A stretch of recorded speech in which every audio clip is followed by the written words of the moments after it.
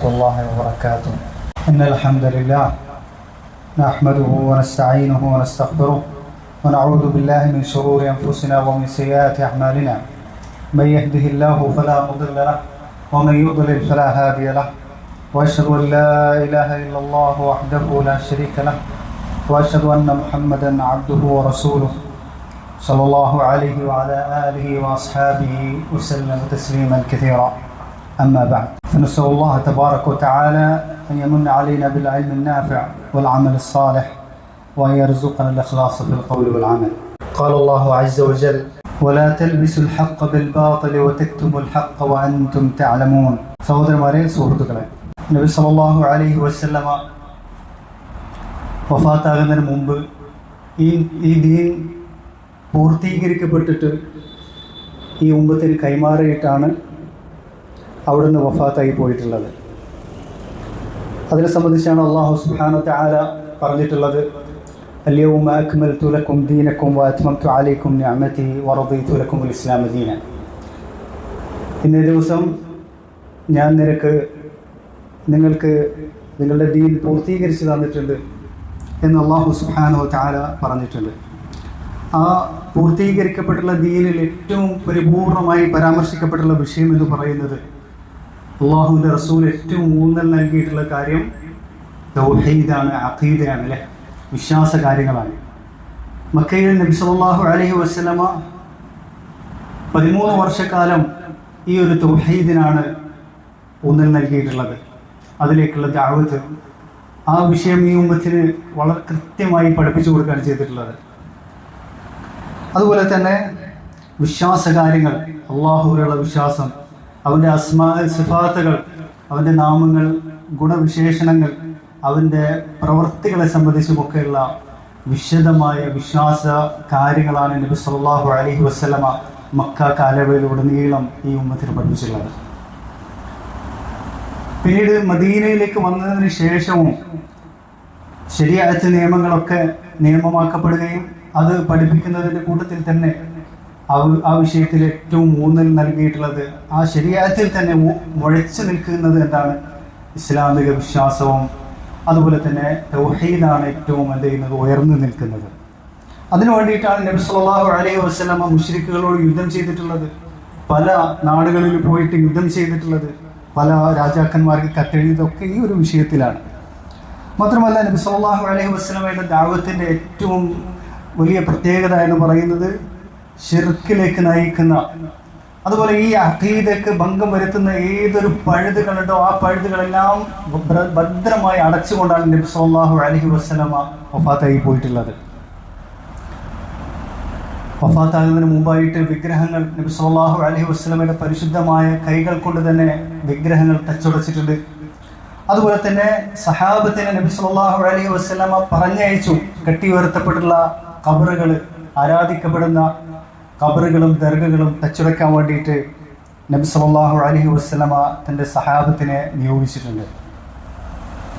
അപ്പോൾ ഈ ഒരു ദീൻ, അതിലേറ്റവും പ്രാധാന്യമുള്ള, ഏറ്റവും വ്യക്തമായ രൂപത്തിൽ പഠിപ്പിക്കപ്പെട്ടുള്ള വിഷയം, നബി സല്ലല്ലാഹു അലൈഹി വസല്ലം ഏറ്റവും ഊന്നൽ നൽകിയിട്ടുള്ള ഈ വിശ്വാസ കാര്യങ്ങൾ, ആ ഒരു കാര്യം പരിപൂർണമായിട്ട് സഹാബത്ത് നബി സല്ലല്ലാഹു അലൈഹി വസല്ലമയിൽ നിന്നത് ഏറ്റെടുത്തു, അത് പഠിച്ചു, വ്യക്തമായി അവർ പഠിച്ചു. അവരെ സംബന്ധിച്ചിടത്തോളം അല്ലാഹു സുബ്ഹാനഹു വതആല അവർക്ക് സാക്ഷ്യം നൽകി, വമാ ബദ്ദലു തബ്ദീല, അവർ ഒരു നിലക്കും ഒരു മാറ്റവും അതിൽ വരുത്തിയിട്ടില്ല. നബി സല്ലല്ലാഹു അലൈഹി വസല്ലം എന്താണോ പഠിപ്പിച്ചിട്ടുള്ളത്, എന്താണോ വിശ്വാസപരമായി പഠിപ്പിച്ചിട്ടുള്ളത്, സുന്നത്തായി പഠിപ്പിച്ചിട്ടുള്ളത്, എല്ലാ കാര്യങ്ങളും അവർ അതിൽ കൃത്യമായിട്ട് നബി സല്ലല്ലാഹു അലൈഹി വസല്ലമയെ ഫോളോ ചെയ്തു. വമാ ബദ്ദലു തബ്ദീല, അതിലൊരു മാറ്റവും അവർ വരുത്തിയിട്ടില്ല, ഒരു ബിദ്അത്തും അവർ കൊണ്ടുവന്നിട്ടില്ല എന്നുള്ളതാണ്. അതുകൊണ്ട് തന്നെ സഹാബത്തിന്റെ ഭാഗത്തു നിന്ന് ഒരു ബിദ്അത്ത് വന്നിട്ടില്ല എന്ന് നമുക്ക് എന്ത് ചെയ്യാൻ പറ്റും? ഈ ആയത്തിന്റെ അടിസ്ഥാനത്തിൽ വ്യക്തമാക്കി പറയാൻ സാധിക്കും. അതുപോലെ തന്നെ അല്ലാഹു സുബ്ഹാനഹു വതആല അവരുടെ വിശ്വാസ കാര്യങ്ങളെ സംബന്ധിച്ച് തൃപ്തിപ്പെട്ടിട്ടുണ്ട് എന്ന് അല്ലാഹു പറഞ്ഞു. റളിയല്ലാഹു അൻഹും വറദു അൻഹു, അല്ലാഹു അവരെ സംബന്ധിച്ചും അവരുടെ വിശ്വാസ കാര്യങ്ങളെ സംബന്ധിച്ചും തൃപ്തിപ്പെട്ടിട്ടുണ്ട്, അവർ അല്ലാഹുവിനെ സംബന്ധിച്ചും എന്ത് ചെയ്തിട്ടുണ്ട്? തൃപ്തിപ്പെട്ടിട്ടുണ്ട്. ആ ഒരു വിശ്വാസ നബി സല്ലല്ലാഹു അലൈഹി വസല്ലം പഠിപ്പിച്ചിട്ടുള്ള വിശ്വാസ കാര്യങ്ങൾ, തൗഹീദിയായിട്ടുള്ള ഇൽമുകൾ, അത് സഹാബത്ത് കൃത്യമായിട്ട് അത് മനസ്സിലാക്കുകയും അതിനുശേഷമുള്ള താബിഈങ്ങൾക്കൊക്കെ എന്ത് ചെയ്തിട്ട് കൈമാറിയിട്ടുണ്ട്. അവരുടെ വിശ്വാസം എന്ത് ചെയ്തിട്ടുണ്ട്, താബിഈങ്ങളുടെ കാലത്തൊക്കെ എന്ത് ചെയ്തിട്ടുണ്ട്, ആ കാലഘട്ടത്തിലുള്ള പ്രമുഖരായിട്ടുള്ള ഉലമാക്കള് സഹാബത്തിന്റെ വിശ്വാസം ഗ്രന്ഥരൂപത്തിൽ എന്ത് ചെയ്തിട്ട് രചിച്ചിട്ടുണ്ട്. ആ ഗ്രന്ഥങ്ങളാണ് നമ്മുടെ മുമ്പിൽ ഇന്ന് നമ്മുടെ കൈകളിൽ നമുക്ക് ലഭ്യമായിട്ടുള്ള ഗ്രന്ഥങ്ങളാണ്. ആ ഗ്രന്ഥങ്ങളെല്ലാം തന്നെ അതിൽപ്പെട്ടതാണ് കിതാബു ശരിഅ. ഇമാം ആജുബി റഹിമഹുല്ലാഹ് രചിച്ചിട്ടുള്ള കിതാബു ശരിഅ എന്ന് പറയുന്നത്.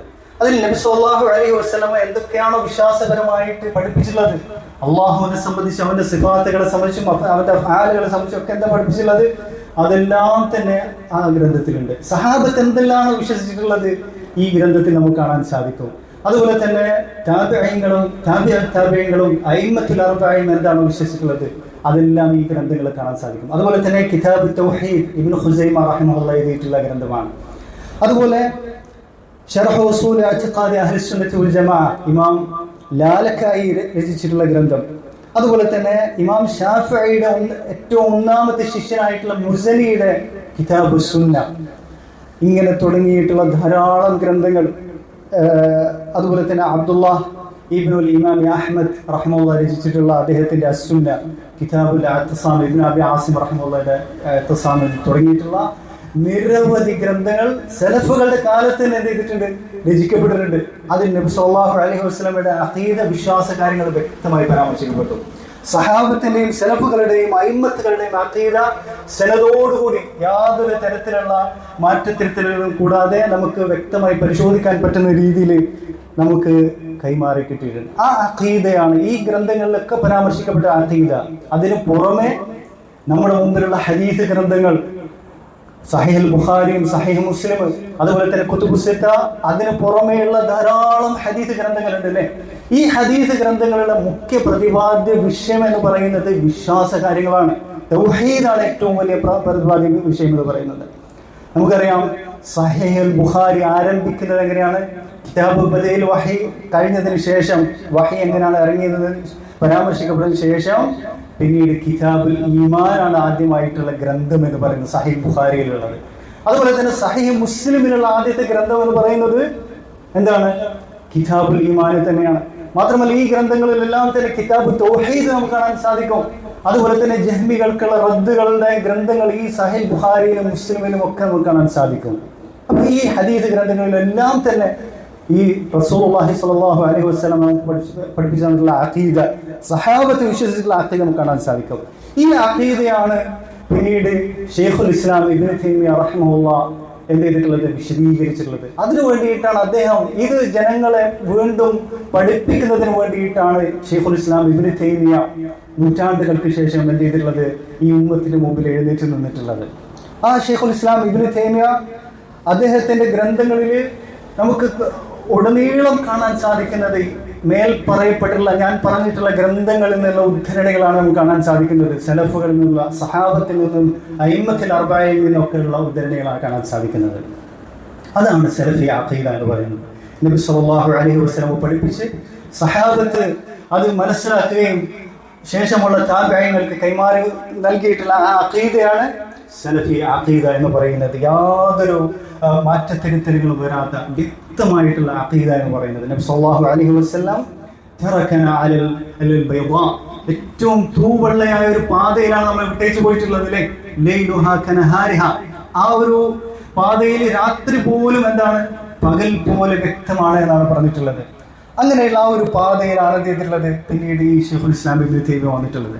ഇനി മറ്റൊരു പാതയെ സംബന്ധിച്ച് നമുക്ക് പരിചയപ്പെടാൻ സാധിക്കും. അതാണ് കഴിഞ്ഞ ക്ലാസ്സിൽ ഞാൻ പറഞ്ഞത്, അബ്ബാസി ഖലീഫയായിട്ടുള്ള മഅ്മൂനിന്റെ നേതൃത്വത്തിൽ എന്ത് ചെയ്തിട്ടുണ്ട്, രണ്ടാം നൂറ്റാണ്ടിന്റെ അവസാനത്തിൽ ഗ്രീക്ക് ഫിലോസഫി ഗ്രന്ഥങ്ങൾ എന്ത് ചെയ്തു, വ്യാപകമായിട്ട് അറബി ഭാഷയിലേക്ക് വിവർത്തനം ചെയ്യപ്പെട്ടിരുന്നു. ആ വിവർത്തനം ചെയ്യപ്പെട്ടത് മാത്രമല്ല, ആ ഗ്രന്ഥങ്ങളിൽ പരാമർശിക്കപ്പെടുന്ന ഫിലോസഫി ആശയങ്ങളിൽ അങ്ങേയറ്റം ആകർഷണനായിരുന്നു മഅ്മൂൻ, ഖലീഫ മഅ്മൂൻ എന്ന് പറയുന്ന ഈ ഖലീഫ. എന്നിട്ട് അദ്ദേഹം എന്ത് ചെയ്തു, അദ്ദേഹത്തിന്റെ അധികാരത്തിന്റെ കീഴിലുള്ള നാടുകൾ, മുസ്ലിം നാടുകൾ മുഴുവൻ ഖിലാഫത്തിന്റെ കീഴിലാണ്, നമുക്കറിയാവുന്നതാണ്. ആ നാടുകളിലെല്ലാം തന്നെ ഈ അഖീദ എന്ത് ചെയ്തു? അദ്ദേഹം വാളുകൊണ്ട് നടപ്പിലാക്കി എന്നുള്ളതാണ്. അത് സ്വീകരിക്കാത്തവരെല്ലാം എന്ത് ചെയ്യാണ്? അദ്ദേഹത്തിന്റെ വാളിന് ഇരയാക്കിയാണ് ചെയ്തിട്ടുള്ളത്. ആ ഒരു അഖീദ എന്ന് പറയുന്നത് ഗ്രീക്കുകാരുടെ വിശ്വാസമാണ്. അള്ളാഹുവിലുള്ള, ദൈവത്തിലുള്ള അവരുടെ വിശ്വാസമുണ്ട്. മറ്റു പല കാര്യങ്ങളുള്ള അവരുടെ വിശ്വാസപരമായ കാര്യങ്ങളാണ് ഈ ഫിലോസഫി ഗ്രന്ഥങ്ങളിൽ പരാമർശിക്കപ്പെട്ടുള്ളത്. അതിനെതിരെയാണ് ഇമാം ശാഫിഈ റഹിമഹുല്ലാഹ് എഴുന്നേറ്റ് നിന്നത്. അദ്ദേഹം ശക്തമായിട്ട് അതിനെതിരെ ഫൈറ്റ് ചെയ്തിട്ടുണ്ട്. പക്ഷെ അദ്ദേഹം അതിന്റെ തുടക്കകാലത്ത് തന്നെ വഫാത്തായി പോയി. പിന്നീട് അതിനെതിരെയുള്ള യുദ്ധത്തിന് നേതൃത്വം കൊടുത്തുള്ളത് ഇമാം അഹ്മദ് ഇബ്നു ഹംബൽ റഹിമഹുള്ളയാണ്. അദ്ദേഹം ഈ ഒരു വിശ്വാസധാരത്തിന് എതിരിൽ എന്തെങ്കിലും ശക്തമായി നിലകൊണ്ടു. അതിനെതിരിൽ അതിന്റെ പേരിൽ ഏൽക്കേണ്ടി വന്നിട്ടുള്ള പീഡനങ്ങൾക്കും യാതനകൾക്കും കണക്കില്ല എന്നുള്ള കാര്യം നമ്മൾ കഴിഞ്ഞ ക്ലാസ്സിൽ വിവരിച്ചിട്ടുള്ളതാണ്. പിന്നീട് ഈ ഒരു അഖീദയാണ് എന്ത് ചെയ്തിട്ടുള്ളത്? ഈ ഗ്രീക്കുകാരുടെ ഈ ഒരു അഖീദ തന്നെയാണ് അശ്അരികൾ എന്ന് നമ്മൾ ഓമന പേര് വിട്ട് വിളിക്കുന്ന ആധുനിക ഈ സൂഫികൾ. അശ്അരി അവർ ഒരേ രീതിയിൽ അശ്അരികളുമാണ്, സൂഫികളുമാണ്. അവർ ഈ ഒരു അഖീദയാണ് സ്വീകരിച്ചിട്ടുള്ളത്. അത് നമുക്ക് വ്യക്തമായിട്ട് നമുക്ക് മനസ്സിലാക്കാൻ സാധിക്കുന്ന കാര്യമാണ്. മാത്രമല്ല, ഈ സൂഫിസത്തെ സംബന്ധിച്ച് പറയുന്ന സമയത്ത് അതിൽ സൂഫിസം ഈ സൂഫികളായ ആളുകൾ അതൊക്കെ ഇസ്ലാമീകരിക്കാൻ വേണ്ടിയിട്ടാണ് ശ്രമിക്കുന്നത്. എന്നിട്ട് അവരിതെങ്ങനെങ്കിലും അറബി ഭാഷയിൽ ഇതിനൊക്കെ എന്ത് ചെയ്യണം? കുത്തിക്കയറ്റാൻ ശ്രമിക്കുകയാണ്. ഏതെങ്കിലും ഒരു അറബി പദത്തോട് യോജിപ്പുണ്ടോ എന്ന് പരിശോധിച്ച് നോക്കുകയാണ്. അവർ പറഞ്ഞു ഇത് സൂഫിസം എന്ന് പറഞ്ഞാൽ, സൂഫിയ എന്ന് പറഞ്ഞു കഴിഞ്ഞാൽ അഹ്ലുസുഫയുടെ ആളുകളാണ് ഇതെന്ന് പറഞ്ഞു. അങ്ങനെയാണെങ്കിൽ സുഫി എന്നാണ് പറയേണ്ടി വരിക. അതല്ലെങ്കിൽ ഇത് സഫായിന്റെ ആളുകളാണ്, ഹൃദയശുദ്ധിന്റെ ആളുകളാണ് എന്ന് അവർ വാദിച്ചു. അങ്ങനെയൊക്കെ ആണെങ്കിലും ഭാഷയിൽ അത് കറക്റ്റ് ആവില്ല, സഫായി എന്ന് പറയേണ്ടി വരും. ഇങ്ങനെ ഒരു നിലക്കും യോജിക്കുന്നില്ല. ഇങ്ങനെ ഇസ്ലാമീകരിക്കാൻ വേണ്ടിയിട്ട്, ഇതിന് ഇസ്ലാമിന്റെ കുപ്പായം ഇരിക്കാൻ വേണ്ടിയിട്ട് അവർ ശ്രമിക്കാൻ ചെയ്യുന്നത്. ഇത് യഥാർത്ഥത്തിൽ ഗ്രീക്ക് എന്ന് വന്നിട്ടുള്ള എന്താണ്? തിയോസഫിയാണ്. ഇന്നും വിദേശ രാജ്യങ്ങൾ അല്ലെങ്കിൽ പാശ്ചാത്യ രാജ്യങ്ങളൊക്കെ പ്രചരിച്ചിട്ടുള്ള തിയോസഫി തന്നെയാണെന്നുള്ളത് ഈ സൂഫിസം എന്ന് പറയുന്നത്. അതുപോലെ തന്നെ ഈ ഗ്രീക്ക് ഫിലോസഫിയുടെ മറ്റ് വിശ്വാസ ആശയങ്ങളാണെന്നുള്ളത് ഈ അശ്അരിയത്തായിട്ട് ഇൽമുൽ കലാമായിട്ട് പിന്നീട് പരിണമിച്ചത് എന്നുള്ളത് നമുക്ക് വ്യക്തമായി കാണാൻ സാധിക്കുന്നതാണ്. പള്ളി ദർസുകളിലൊക്കെ തന്നെ പഠിപ്പിക്കുന്ന അൽ ഖുലാസ ഫിൽ ഫൽസഫ എന്ന ഗ്രന്ഥത്തിൽ തന്നെ അത് വ്യക്തമായി പരാമർശിക്കപ്പെട്ടിട്ടുണ്ട്. ഫൽസഫ അത് തന്നെയാണെന്ത്? ഇൽമുൽ കലാം. അരിസ്റ്റോട്ടിലിന്റെ ഫൽസഫ തന്നെയാണ് ഇൽമുൽ കലാം. എന്നാൽ പ്ലാറ്റോന്റെ ആധ്യാത്മിക ഒരു മാർഗമാണ്, ആത്മീയ മാർഗമാണത് സൂഫിസം എന്നുള്ളത് വ്യക്തമായി ആ ഗ്രന്ഥത്തിൽ തന്നെ പരാമർശിക്കപ്പെടുന്നത് കാണാൻ സാധിക്കുന്നതാണ്.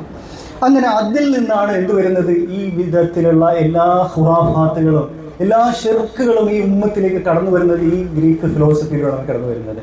അതുപോലെ തന്നെ ഖബർ ആരാധനയും, അതുപോലെ അദ്വൈതവാദം പോലുള്ള വളരെ ഗുരുതരമായിട്ടുള്ള ഇന്ത്യയിലുള്ള ഹൈന്ദവ മതത്തിന്റെ ദർശനമായിട്ടുള്ള അദ്വൈതവാദം പോലുള്ള വാദങ്ങളൊക്കെ ഇതിലൂടെയാണ് മുസ്ലിം ഉമ്മത്തിലേക്ക് കടന്നു വരുന്നത്. അതുപോലെ തന്നെ സെഹർ, പൈശാചിക ആരാധനകളും പൈശാചിക സേവകളും സാത്താൻ സേവകളും ഒക്കെ ഇതിൽ നിന്നാണ് കടന്നു വരുന്നത്.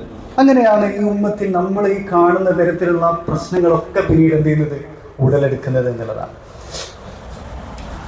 മാത്രമല്ല, ഓരോ നാട്ടിലെത്തുന്ന സമയത്ത്, പ്രത്യേകിച്ച് ഇന്ത്യയെ പോലുള്ള നാട്ടിലെത്തുന്ന സമയത്ത് ഇന്ത്യയിലുള്ള ഹിന്ദു മതത്തിന്റെ ആചാരങ്ങളും ആശയങ്ങളും വിശ്വാസ രീതികളൊക്കെ അതിലേക്ക് എന്ത് ചെയ്യുന്നുണ്ട്? ചേരുന്നതും നമുക്ക് കാണാൻ സാധിക്കും.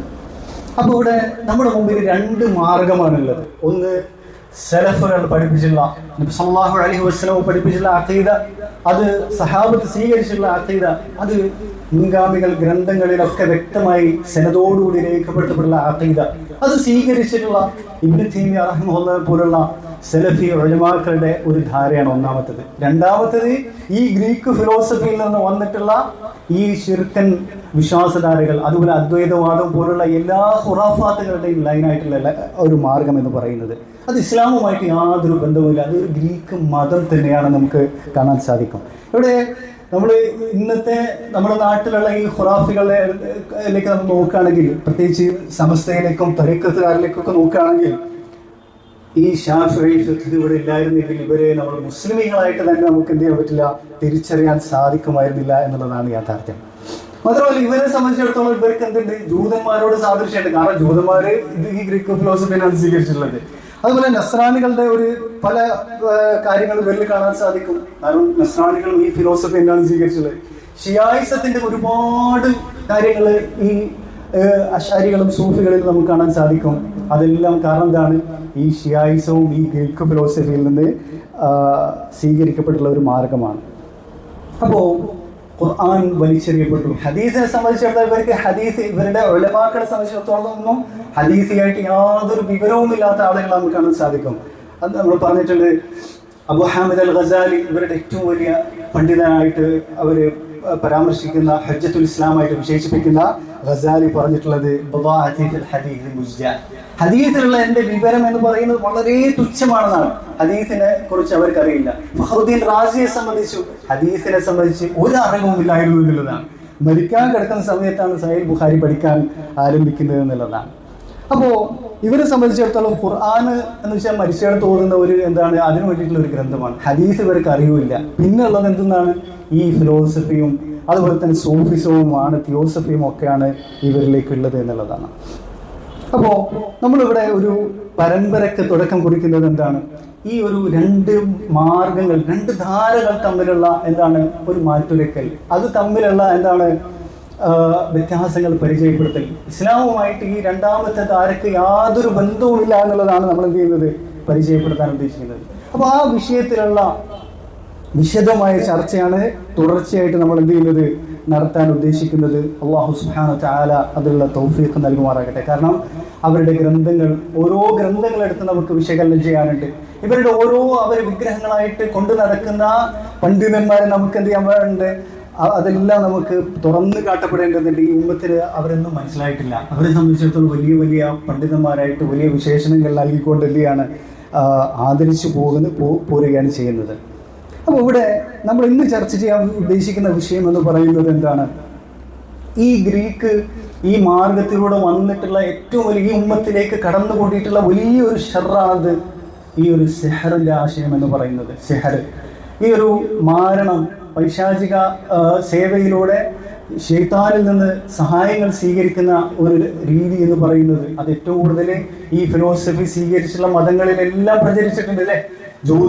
ജൂതന്മാരിലാണ് ഏറ്റവും കൂടുതൽ സെഹർ നമുക്ക് കാണാൻ സാധിക്കുന്നത്. നസ്രാനികളുണ്ട്, ഇന്ത്യയിലെ ഹിന്ദു മതക്കാരുടെ അടുത്തൊക്കെ നമുക്ക് കാണാൻ സാധിക്കും. അതുപോലെ ഷിയകളുടെ അടുത്തൊക്കെ വളരെയധികം എന്ത് ചെയ്തിട്ടുണ്ട്, വ്യാപകമായിട്ടുള്ള ഒരു കാര്യമാണ്.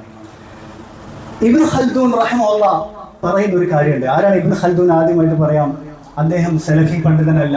അദ്ദേഹം ഒരു ചരിത്രകാരനവും സാമൂഹിക ശാസ്ത്ര വിശാരദനായിട്ടുള്ള ഒരു വ്യക്തിയാണ്. അദ്ദേഹം യഥാർത്ഥത്തിൽ അശ്അരിയാണ്. അദ്ദേഹം പറയാണ്, ഈ ഇസ്ലാമിക സമുദായത്തിലേക്ക് സെഹറിനെ കടത്തിക്കൂട്ടിയത് ആരാണ്? ഈ സൂഫികളാണ്. ഇതുപോലെ ശിർക്ക് കടത്തിക്കൂട്ടിയതുപോലെ ഖുറാഫാത്തുകള്, അദ്വൈതവാദങ്ങളും മറ്റ് പഴച്ച കുഫ്രിയൻ വാദങ്ങളൊക്കെ കടത്തിക്കൂട്ടിയതുപോലെ സെഹർ ഈ ഉമ്മത്തിൽ കടത്തിക്കൂട്ടിയത് ആരാണ്? ഈ സൂഫികളാണെന്നുള്ളതാണ്. ഇത് ഇബ്നു ഖൽദൂന്റെ മുഖദ്ദിമയിൽ നമുക്ക് വായിക്കാൻ സാധിക്കുന്നത്. മലയാളത്തിൽ വേറെ വിവർത്തനമുള്ള ഗ്രന്ഥമാണ്, ചരിത്ര ഗ്രന്ഥമാണ്. അപ്പോൾ നമ്മൾ കാണുന്ന ഇന്ന് സൂഫികളെ സംബന്ധിച്ചിടത്തോളം, കേരളത്തിലെ സമസ്ത തരീഖത്തുകാർ ഇവരെ സംബന്ധിച്ചിടത്തോളം അവർ ഈ സിഹറിനെ മറ്റു പേരിലാണ് വിളിക്കുക. ഇതാണ് അവരുടെ ഏറ്റവും വലിയ പ്രശ്നം എന്ന് പറയുന്നത്. ഈ ആളുകൾ എല്ലാത്തിനും പേര് മാറ്റും. മാത്രമല്ല ഇതിനെല്ലാം ഒരു ഇസ്ലാമിക കുപ്പായം വെടിയിപ്പിക്കും. മനസ്സിലായില്ലേ? അപ്പൊ ഷിർക്കിന് അവർ കൊടുക്കുന്ന കുപ്പായം എന്താണ്? പുണ്യാത്മാക്കളോട്, ഔലിയാക്കളോടുള്ള ആദരവ് എന്നുള്ളതാണ്. സിഹറിന് കൊടുക്കുന്നത് എന്താണ്? സിഹർ എന്ന് പറയുന്നത് കറാമത്താണ്. അത് സാഹിർ ആരാണ്? ഏറ്റവും വലിയ മാരണക്കാരൻ ആരായിരിക്കും? ഏറ്റവും വലിയ വലിയാണെന്ന് പരിചയപ്പെടുത്തുക.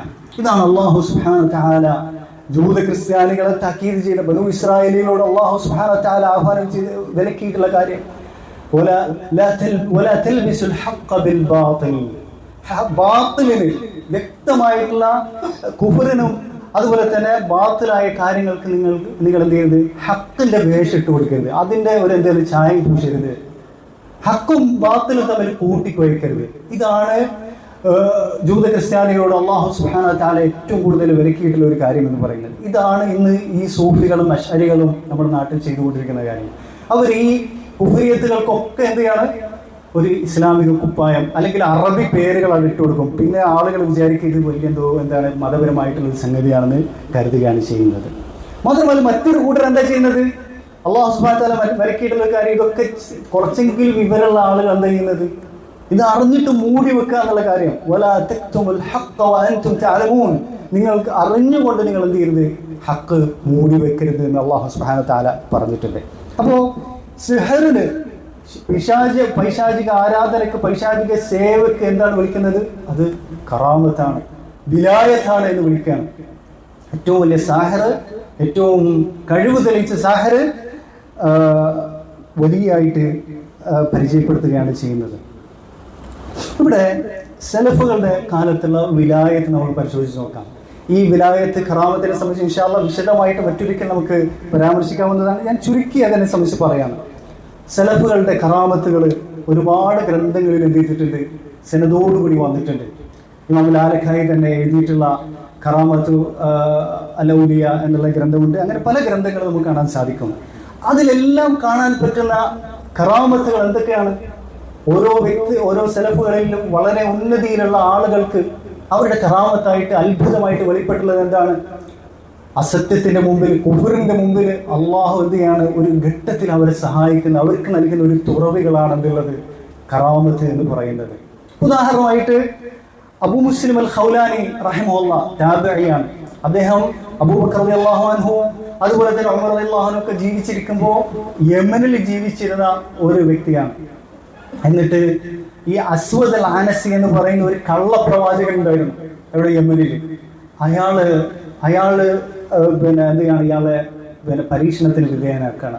ഒന്നുകിൽ എന്ത് ചെയ്യാം, ഇയാളെ കള്ളപ്രവാചകനായിട്ടുള്ള അസ്വദ് അൽ ആനസിയുടെ പ്രവാചകത്വം അംഗീകരിക്കുക, ഇല്ലെങ്കിൽ കൊന്നുകളയും എന്നുള്ളത് ഭീഷണിപ്പെടുത്താൻ. കാരണം അസ്വദ് അൽ ആനസിക്ക് അത്രയും സൗകര്യവും അതുപോലെ തന്നെ അനുയായികളും ഒക്കെ ഉണ്ട്, ആധിപത്യം ഒക്കെ ഉണ്ട്. അങ്ങനെ ഇദ്ദേഹം എന്ത് ചെയ്യാണ്, അത് സ്വീകരിക്കുന്നില്ല. എന്നിട്ട് ഇദ്ദേഹത്തെ വലിയൊരു തീക്കുണ്ടം ഉണ്ടാക്കിയിട്ട് ആ തീയിലേക്ക് എറിയാണ് അസ്വദ് അൽ ആനസിയും കൂട്ടാളികളും. പക്ഷേ ആ തീ എന്ത് ചെയ്യാണ്, ഇദ്ദേഹത്തിന് തീ പൊള്ളലേൽക്കുന്നില്ല, വലിയ തീക്കുണ്ടത്തിലേക്ക് എറിയപ്പെടുകയാണ്. ഇബ്രാഹിം അലൈഹിസ്സലാത്തു വസ്സലാമക്ക് തീ പൊള്ളലേൽക്കാത്തതുപോലെ, തീ തണുപ്പും ആശ്വാസവുമായി മാറിയതുപോലെ ഇദ്ദേഹത്തിനും അല്ലാഹു സുബ്ഹാനഹു വ തആല ഒരു അത്ഭുതം നൽകി, ഒരു കറാമത്തായിട്ട് നൽകിയത് എന്താണ്, അദ്ദേഹത്തിന് ആ പൊള്ളലേൽക്കുന്നില്ല. അദ്ദേഹം അതിൽ രക്ഷ. എന്നിട്ട് അദ്ദേഹം എന്ത് ചെയ്യാണ്, മദീനയിലേക്ക് വരുന്നുണ്ട്. മറ്റൊരു സംഭവം നമുക്ക് കാണാൻ സാധിക്കുന്നത് എന്താണ്, ഇമാം ബുഖാരി തന്നെ അദ്ദേഹത്തിന്റെ അദബുൽ മുഫ്രദിൽ എഴുതിയിട്ടുള്ള ബനു ഇസ്രായേലികൾ നടന്നിട്ടുള്ള ഒരു കറാമത്താണ് ജുറൈജിന്റെ സംഭവം. നമ്മളെല്ലാവർക്കും അറിയാവുന്ന ഒരു സംഭവമാണ്. ജുറൈജ് എന്ന് പറയുന്നത് വലിയൊരു ആബിദായിട്ടുള്ള വ്യക്തിയാണ്. അദ്ദേഹത്തിന്റെ ഒരു കഥയുടെ അവസാന ഭാഗത്ത് നമുക്ക് കാണാൻ സാധിക്കും, അദ്ദേഹത്തിന്റെ മേല് വ്യഭിചാരിണിയായിട്ടുള്ള ഒരു സ്ത്രീ എന്ത് ചെയ്യാണ്, വ്യഭിചാരം ആരോപിക്കുകയാണ്. എന്നിട്ട് എനിക്ക് കുട്ടി ഇതായിട്ടുണ്ട്, ഒരു ഗർഭിണിയായിട്ടുള്ള വ്യഭിചാരിണിയായിട്ടുള്ള സ്ത്രീ എൻ്റെ ഈ ഗർഭം ധരിച്ചുള്ള ഈ കുട്ടി ജുറൈജിൽ നിന്നാണ് ഉണ്ടായിട്ടുള്ളത് എന്ന് ആരോപിക്കുകയാണ്. അങ്ങനെ വലിയൊരു പരീക്ഷണത്തിന് അദ്ദേഹം വിധേയനാക്കപ്പെടുകയാണ് ചെയ്യുന്നത്. അദ്ദേഹത്തിന്റെ ഇത്രയും കാലം ഉണ്ടായിരുന്ന പേരും പെരുമയും എല്ലാം നഷ്ടപ്പെടുകയാണ്. ജനങ്ങളിൽ നിന്നുണ്ടായിരുന്ന പേരും സമ്മതിയും ഒക്കെ നഷ്ടപ്പെടുന്ന ഒരു ഘട്ടമാണ്. അവിടെ ആ ഒരു ഘട്ടത്തിൽ പ്രസവിച്ചിരിക്കുന്ന കുട്ടിയോട് ജുറൈജ് എന്ത് ചെയ്യാണ്, ചോദിക്കാണ്, മൻ അബൂക്ക്, നിന്റെ വാപ്പാരാണെന്ന് ചോദിക്കുകയാണ്. തൊട്ടിൽ കിടക്കുന്ന കുട്ടി, പ്രസവിച്ച കൈക്കുഞ്ഞായ കുട്ടി എന്ത് പറയാണ്, എന്റെ പിതാവ് ആട്ടിടയായിട്ടുള്ള ആളാണ് എന്റെ പിതാവ് എന്ന് കുട്ടി എന്ത് ചെയ്യാണ്, തൊട്ടിൽ കിടക്കുന്ന കുട്ടി പറയാണ്. അത് ഏത് സന്ദർഭത്തിലാണ്? ഇദ്ദേഹത്തിന്റെ അഭിമാനത്തിന് ക്ഷതം വരുത്തുന്ന വലിയൊരു സങ്കീർണമായ ഒരു ഘട്ടത്തിലാണ് അള്ളാഹുവിന്റെ തുറവി വരുന്നത്, അല്ലേ? ഇങ്ങനെയുള്ള സംഗതികളൊക്കെയാണ് കറാമത്ത് എന്ന് പറയുന്നത്. ഇങ്ങനത്തെ കറാമത്തുകളാണ് സലഫുകൾക്ക് ഉണ്ടായിട്ടുള്ളത്. ഓരോ വലിയ പ്രമുഖരായിട്ടുള്ള പല സലഫുകൾക്കും ഇങ്ങനത്തെ കറാമത്തുകൾ ഉണ്ടായിട്ടുണ്ട്. ഇങ്ങനെയുള്ള അത്ഭുതങ്ങൾ അവരിൽ ഉണ്ടായിട്ടുണ്ട്. അവരുടെ ജീവിതത്തിൽ വന്നിട്ടുള്ള വളരെ വിഷമഘട്ടങ്ങളിൽ, പ്രത്യേകിച്ച് ബാത്തിലുമായിട്ട് അസത്യവുമായിട്ട് അവർ ഏറ്റുമുട്ടുന്ന സമയത്ത് അള്ളാഹു നൽകുന്ന ഇതാണ്. അല്ലാണ്ട് ഈ കറാമത്ത് എന്ന് പറയുന്നത് ഇങ്ങനെ രാവിലെയും വൈകുന്നേരവും അവർക്ക് ഇഷ്ടം പോലെ യഥേഷ്ടമായിട്ട് ഉണ്ടാകുന്ന ഒരു സംഗതിയല്ല. അത് കറാമത്തല്ല. കറാമത്ത് എന്ന് പറഞ്ഞാൽ വാക്കിന്റെ തന്നെ അർത്ഥം ഒരു ആദരവും മാന്യത എന്നുള്ളതാണ്. എന്നാൽ നമ്മുടെ നാട്ടിലെ കറാമത്ത് എന്ന് പറഞ്ഞാൽ തോന്നിവാസങ്ങളാണ്, അശ്ലീലതയാണ് കറാമത്ത് എന്ന് പറയുന്നത്, അല്ലേ? സൂഫി ഗ്രന്ഥങ്ങളായിട്ടുള്ള കറാമത്തിന്റെ ഗ്രന്ഥങ്ങൾ നമുക്ക് വായിച്ചാൽ നമുക്ക് കാണാൻ സാധിക്കും. അശ്ലീല ഗ്രന്ഥം വായിക്കുന്നതിനേക്കാളും നിലവാര തകർച്ചകൾ ആ ഗ്രന്ഥങ്ങളിൽ കറാമത്തായിട്ട് രേഖപ്പെടുത്തപ്പെട്ടുള്ള കാര്യങ്ങളിൽ അല്ലേ. അതിൽപ്പെട്ടതാണ് ഷാറാനി, ഇവരുടെ ഏറ്റവും വലിയ ഇമാമായിട്ടുള്ള ഷാറാനി എഴുതിയിട്ടുള്ള തബഖാത്തുൽ ഔലിയ എന്നുള്ള ഗ്രന്ഥം. അതുപോലെ തന്നെ ജാമിഉ കറാമാത്തുൽ ഔലിയ യൂസുഫ് നബ്ഹാനി എഴുതിയിട്ടുള്ള സൂഫി ആയിട്ടുള്ള യൂസുഫ് നബ്ഹാനി എഴുതിയിട്ടുള്ള ജാമിഉ കറാമാത്തുൽ ഔലിയ. ഈ ഗ്രന്ഥങ്ങളിലൊക്കെ എഴുതപ്പെട്ടിട്ടുള്ള കറാമത്തുകൾ എന്ന് പറയുന്നത് വളരെ തരം താഴ്ന്നിട്ടുള്ള കറാമത്തുകളാണ്. അതിൽപ്പെട്ടതാണ് എന്ത്, ഒരു വ്യക്തിയുടെ, ഒരു സൂഫിയായിട്ട് അറിയപ്പെടുന്ന ഒരു വ്യക്തിയുടെ ലിംഗം എന്ത് ചെയ്യാണ്, അയാൾ ഇങ്ങനെ രണ്ട് കൈ കൊണ്ട് ഇങ്ങനെ പിടിച്ച് വലുതാക്കി കൊണ്ടുവന്നിട്ട് അതുകൊണ്ട് എന്ത് ചെയ്യാണ് സ്വന്തം ശിഷ്യനെ അടിക്കാൻ ചെയ്യുന്നത്. കുളിമുറിയിൽ വെച്ചിട്ട് ശിഷ്യനെ അടിക്കുകയാണ്. ഇതൊരു കറാമത്തായിട്ടാണ് എന്ത് ചെയ്യുന്നത്, രേഖപ്പെടുത്തുന്നത്. നോക്കണം. എന്നിട്ട് അതിൻ്റെയൊക്കെ ബാക്കി ഭാഗം എന്ന് പറയുന്നത് പറയാൻ പോലും പറ്റാത്ത തരത്തിലുള്ള ഒരു സംഗതിയാണ്. അപ്പൊ ഇങ്ങനത്തെ കറാമത്തുകൾ, വളരെ അശ്ലീലമായിട്ടുള്ള കറാമത്തുകൾ. അതുപോലെ ചായ കുടിച്ചിട്ട് പൈസ കൊടുക്കാതെ പോകുന്ന കറാമത്ത്, ആളുകളുടെ മുമ്പിൽ തുണി പൊക്കിയിട്ട് മൂത്രം ഒഴിക്കുന്ന കറാമത്തുകൾ, ഇങ്ങനത്തെ കറാമത്തുകളാണ്. ഇതൊന്നും കറാമത്തുകളല്ല, ഇതൊക്കെ ശൈത്താനീയത്തുകളാണ്, ദജ്ജലുകളാണ് എന്ന് നമുക്ക് കാണാൻ സാധിക്കുന്നതാണ് അല്ലേ. അല്ലാഹു സുബ്ഹാനഹു വ തആല പറഞ്ഞത് എന്താണ്, അലാ ഇന്ന ഔലിയാ അല്ലാഹി ലാ ഖൗഫുൻ അലൈഹിം വലാ ഹും യഹ്സനൂൻ അല്ലദീന ആമനൂ വകാനൂ യത്തഖൂൻ. ഔലിയാക്കളുടെ തിരിച്ചറിയാൻ പറ്റുന്നത് എങ്ങനെയാണ്, അവർക്ക് രണ്ട് വിശേഷണങ്ങൾ ഉണ്ടാകണം. ഒന്ന് ഈമാനുള്ള ആളുകളായിരിക്കണം, അതുപോലെ തന്നെ തഖ്വയുള്ള ആളുകളായിരിക്കണം. അവരുടെ ജീവിതത്തിനും അവരുടെ എല്ലാ ഇതിലും എന്തായിരിക്കണം, ഈ തഖ്വ കാണാൻ സാധിക്കണം. ഇതാണ് കറാമത്ത് എന്ന് പറയുന്നത്. അങ്ങനെയുള്ള ആളുകൾ, മോമിനികളായ ആളുകളൊക്കെ ഔലിയാക്കളാണ്. മോമിനികളായ എല്ലാവരും ഔലിയാക്കളാണ്. തഖ്വയുള്ള എല്ലാവരും ഔലിയാക്കളാണ്. അതിന് അത്ഭുതം ഉണ്ടാകണം എന്നുള്ളൊരു സംഗതിയില്ല അല്ലേ. അഅ്ദമുൽ കറാമത്തി അൽ ഇസ്തിഖാമ, ഇസ്തിഖാമത്ത് ഉണ്ടാകുക എന്നുള്ളതാണ്, നേരായ ദീനിൽ ജീവിക്കുക എന്നുള്ളതാണ് ഏറ്റവും വലിയ കറാമത്ത് എന്ന് പറയുന്നത്. അല്ലാണ്ട് അത്ഭുതങ്ങൾ ഇങ്ങനെ രാവിലെയും വൈകുന്നേരവും തോന്നുമ്പോൾ തോന്നാത്തതൊക്കെ വെളിപ്പെടുന്നത് അത് കറാമത്തല്ല. ഇവിടെ ഇമാം ശാഫിഈ റഹിമഹുല്ലാ പറഞ്ഞിട്ടുള്ള ഒരു കാര്യം അതെന്താണ്, ഇമാം ഇബ്നു കസീർ റഹിമഹുല്ലാ അദ്ദേഹത്തിന്റെ തഫ്സീറിൽ തന്നെ അത് ഉദ്ധരിച്ചിട്ടുണ്ട്. ഇദാ റഅയ്തുമുർ റജുല യതീറു ഫിൽ ഹവാ, ഒരാൾ ആകാശത്തിൽ ഇങ്ങനെ പറക്കുന്ന നമ്മൾ കാണുകയാണ്, അല്ലെങ്കിൽ ഔ യംശി അലൽ മാ, അല്ലെങ്കിൽ വെള്ളത്തിന്റെ മേലൂടെ ഇങ്ങനെ നടക്കണം. അങ്ങനെയൊക്കെ ഇവിടെ എന്താ ആരെങ്കിലും അത് ചെയ്തിട്ടുണ്ടെങ്കിൽ അവൻ ഇവിടുത്തെ ഏറ്റവും വലിയ എന്തായിരിക്കും, വലിയായിരിക്കും. ഇങ്ങനെ കാണുകയാണെങ്കിൽ ഇമാം ശാഫിഈ റഹിമഹുല്ലാ പറയാണ്, ഫലാ തഖ്തറു ബിഹി, അവന്റെ കാര്യത്തിൽ നിങ്ങൾ വഞ്ചിതരാകരുത്. ഹത്താ തഅറദു അംറഹു അലൽ കിതാബി വസ്സുന്ന, അവന്റെ കാര്യം കിതാബിന്റെയും സുന്നത്തിന്റെ മേലെ നിങ്ങൾ എന്ത് ചെയ്യുക, വെക്കുക, എന്നിട്ട് പരിശോധിക്കുക. അവന്റെ പ്രവർത്തികളും അവന്റെ വിശ്വാസങ്ങളും ഒക്കെ ഈ ഖുർആനും സുന്നത്തിനും യോജിച്ച രീതിയിലാണോ എന്നുള്ളത് നിങ്ങൾ പരിശോധിക്കുക. അല്ലെങ്കിൽ അപ്പൊ ആ രീതിയിൽ ഖുർആനും സുന്നത്തിന് യോജിക്കുന്ന രീതിയിലാണ് വിശ്വാസങ്ങളും പ്രവർത്തികളും കർമ്മങ്ങളും ഒക്കെ എങ്കിൽ അവൻ വലിയാണ്. ഇല്ലെങ്കിൽ എന്തായിരിക്കും, ദജ്ജാലാണ്, സാഹിറാണ് എന്നുള്ളതാണ് മനസ്സിലാക്കേണ്ടത് എന്നുള്ളതാണ്. ഇവിടെ ഒരു സംഭവം ഞാൻ പറയാം. ഹാമിദ് ആദം എന്ന പേരുള്ള ഒരു വ്യക്തി, അദ്ദേഹം സുഡാൻകാരനാണ്. അദ്ദേഹം ലോകത്തോട് വിളിച്ചു പറഞ്ഞിട്ടുള്ള അദ്ദേഹത്തിന്റെ അനുഭവ സാക്ഷ്യമാണ് ഞാൻ പറയുന്നത്. അദ്ദേഹം പറയുന്ന കാര്യം നിങ്ങൾ ശ്രദ്ധിക്കുക. അദ്ദേഹം കുട്ടിയായിരുന്ന സമയത്ത് ആ നാട്, സുഡാൻ എന്ന് പറയുന്ന സ്ഥലം എന്ന് പറയുന്നത് സൂഫിസത്തിന്റെ എന്താണ് ഏറ്റവും വലിയ എന്താണ് ഈറ്റിലും പൊറ്റിലുമായിട്ടുള്ള സ്ഥലമാണ്. അതിന്റെ അതിപ്രസരം നടക്കുന്ന സ്ഥലമാണ്. അദ്ദേഹത്തെ സംബന്ധിച്ചിടത്തോളം കുട്ടിയായിരുന്ന സമയത്ത് എന്താകണം ആഗ്രഹം, ദീന് പഠിക്കണം ആഗ്രഹം, ഖുർആൻ പഠിക്കണം ആഗ്രഹം, ഒരു വലിയ ആകണം, ഒരു നല്ലൊരു മുത്തഖയാകണം എന്നുള്ള ഒരു ആഗ്രഹം ഉണ്ടായിട്ട് അദ്ദേഹം എന്ത് ചെയ്യാണ്, ഖുർആൻ പഠിക്കാൻ വേണ്ടിയിട്ട് ഒരു ദർസിൽ ചേരുകയാണ് ചെയ്യുന്നത്. അങ്ങനെ ആ ദർസിൽ ചേർന്ന് ഒരു 6 മാസം കൊണ്ട് അദ്ദേഹത്തിന് ഖുർആൻ മനഃപ്പാഠമാക്കാൻ സാധിച്ചു. കാരണം അത്രയും ബുദ്ധിയും അതുപോലെ തന്നെ ഗ്രാഹ്യതയുമുള്ള ആളായിരുന്നു അദ്ദേഹം. അങ്ങനെ ഇദ്ദേഹത്തെ ഇവർ നേരെ എന്ത് ചെയ്യാണ്, ആ ഒരു ദർസിലുള്ള ഉസ്താദ് ഇയാളോട് പറഞ്ഞു, ഇനി നീ പഠിക്കേണ്ടത് ഈ രീതിയിലല്ല, നിങ്ങൾ ഒരു തരീഖത്തിന്റെ രീതിയിൽ എന്ത് ചെയ്യണം, പോകണം. ഒരു ശൈഖിനെ ആധ്യാത്മിക ഗുരുവായി സ്വീകരിച്ച് അയാൾ പറയുന്ന രൂപത്തിൽ മുന്നോട്ട് പോയി കഴിഞ്ഞാൽ പിന്നീട് നിനക്കും എന്താകാൻ പറ്റും, ഈ ഔലിയാക്കളുടെ മാർഗത്തിലേക്ക് എന്ത് ചെയ്യാൻ പറ്റും, ചേരാൻ പറ്റും എന്നുള്ളത് പറഞ്ഞു. അങ്ങനെ ആ ഒരു ശൈഖിന്റെ അടുത്ത് പോയിട്ട് തരീഖത്ത് സ്വീകരിച്ചു. ഏതാണ് തരീഖത്ത്? തീജാനി തരീഖത്താണ് സ്വീകരിച്ചിട്ടുള്ളത്. നമ്മുടെ നാട്ടില് റഹ്മത്തുള്ളാഹി കാസിമിയെ പോലുള്ള ആളുകൾ ഈ തിജാനി തരീഖത്തിന്റെ ആളാണ്. അയാള് പിന്നെ നൈജീരിയയിലുള്ള ഇബ്രാഹിം സാലിഹ് അൽ ഹുസൈനിയിൽ നിന്ന് ഇജാസത്ത് എടുത്തിട്ടുള്ള അല്ലെങ്കിൽ പിന്നെ ബൈഅത്ത് സ്വീകരിച്ചിട്ടുള്ള തീജാനി തരീഖത്തുകാരനാണ്. അപ്പൊ ഈ തീജാനി തരീഖത്തിലാണ് പിന്നീട് ഇദ്ദേഹത്തിന്റെ എന്തുള്ളത് പ്രയാണം എന്ന് പറയുന്നത്. അങ്ങനെ അദ്ദേഹം ചെറിയ കുട്ടിയാണ്, ഖുർആൻ ഹിഫ്ളാക്കി കുറച്ച് പഠിച്ചതിന് ശേഷമാണ് നേരിട്ട് എന്ത് ചെയ്യുന്നത് ഈ തീജാനി തരീഖത്തിലേക്ക് ചേരുന്നത്. കാരണം ഇദ്ദേഹത്തിന്റെ ഈ ഒരു ബുദ്ധി കൂർമ്മതയും പഠിക്കാനുള്ള കഴിവും ഇതൊക്കെ കണ്ടപ്പോൾ എന്ത് ചെയ്തു, നേരെ ഈ തരീഖത്തിലേക്കാണ് മുട്ടിച്ചു കൊടുത്തു ഉസ്താദ്. അങ്ങനെ പിന്നീട് തരീഖത്ത് സ്വീകരിച്ചു. ആ തരീഖത്തിൽ ഇയാൾ നല്ല ഉഷാറായിട്ട് നല്ല ആവേശത്തിൽ മുന്നോട്ട് പോയി. അങ്ങനെ എന്ത് ചെയ്തു, അവര് തരീഖത്തിന്റെ ശേഷ് ഇയാൾ എന്താക്കി വത്തിദ് എന്ന് പറയുന്ന തരീഖത്തിലുള്ള ഒരു ദറജയിലേക്ക് കയറ്റി. അങ്ങനെയുള്ള ഒരു ദറജ, ഇവർക്ക് തരീഖത്തുകാർക്ക് കുറെ ദറജകളുണ്ട് അല്ലേ.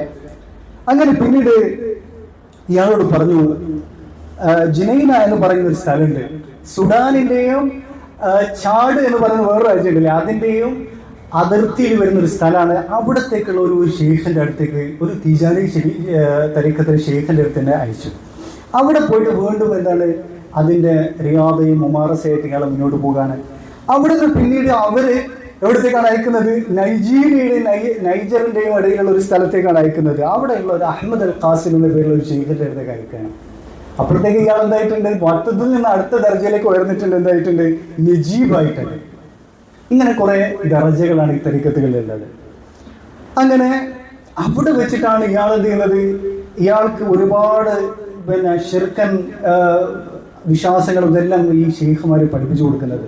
അങ്ങനെ മാത്രമല്ല ഒരുപാട് ദിക്റുകളും അതുപോലെ തന്നെ ദുആകളൊക്കെ പഠിപ്പിച്ചു കൊടുക്കുന്നു. അവിടെ നിന്നാണ് സലാത്തുൽ ഫാത്തിഹ എന്ന് പറയുന്ന ഒരു സലാത്ത് പഠിപ്പിച്ചു കൊടുക്കുന്നത്. നമ്മുടെ നാട്ടിൽ കുറെ സലാത്തുകൾ ഉണ്ടല്ലേ, സലാത്തു നാരിയ, അങ്ങനത്തെ കുറെ സലാത്തുകളുണ്ട്. അതിൽപ്പെട്ട ഒരു സലാത്താണ് സലാത്തു അൽ ഫാത്തിഹ. ഈ സലാത്തുൽ ഫാത്തിഹിനെ കുറിച്ച് തീജാനികളായിട്ടുള്ള ആളുകൾ പറയുന്നത് എന്താണ്, ഖുർആൻ 6000 വട്ടം ഓതുന്നതിനേക്കാളും എന്താണ് പുണ്യകരമായിട്ടുള്ള കാര്യമാണ് സലാത്തുൽ ഫാത്തിഹ എന്ന് പറയുന്ന 2 വരി ഒരു സലാത്താണത്.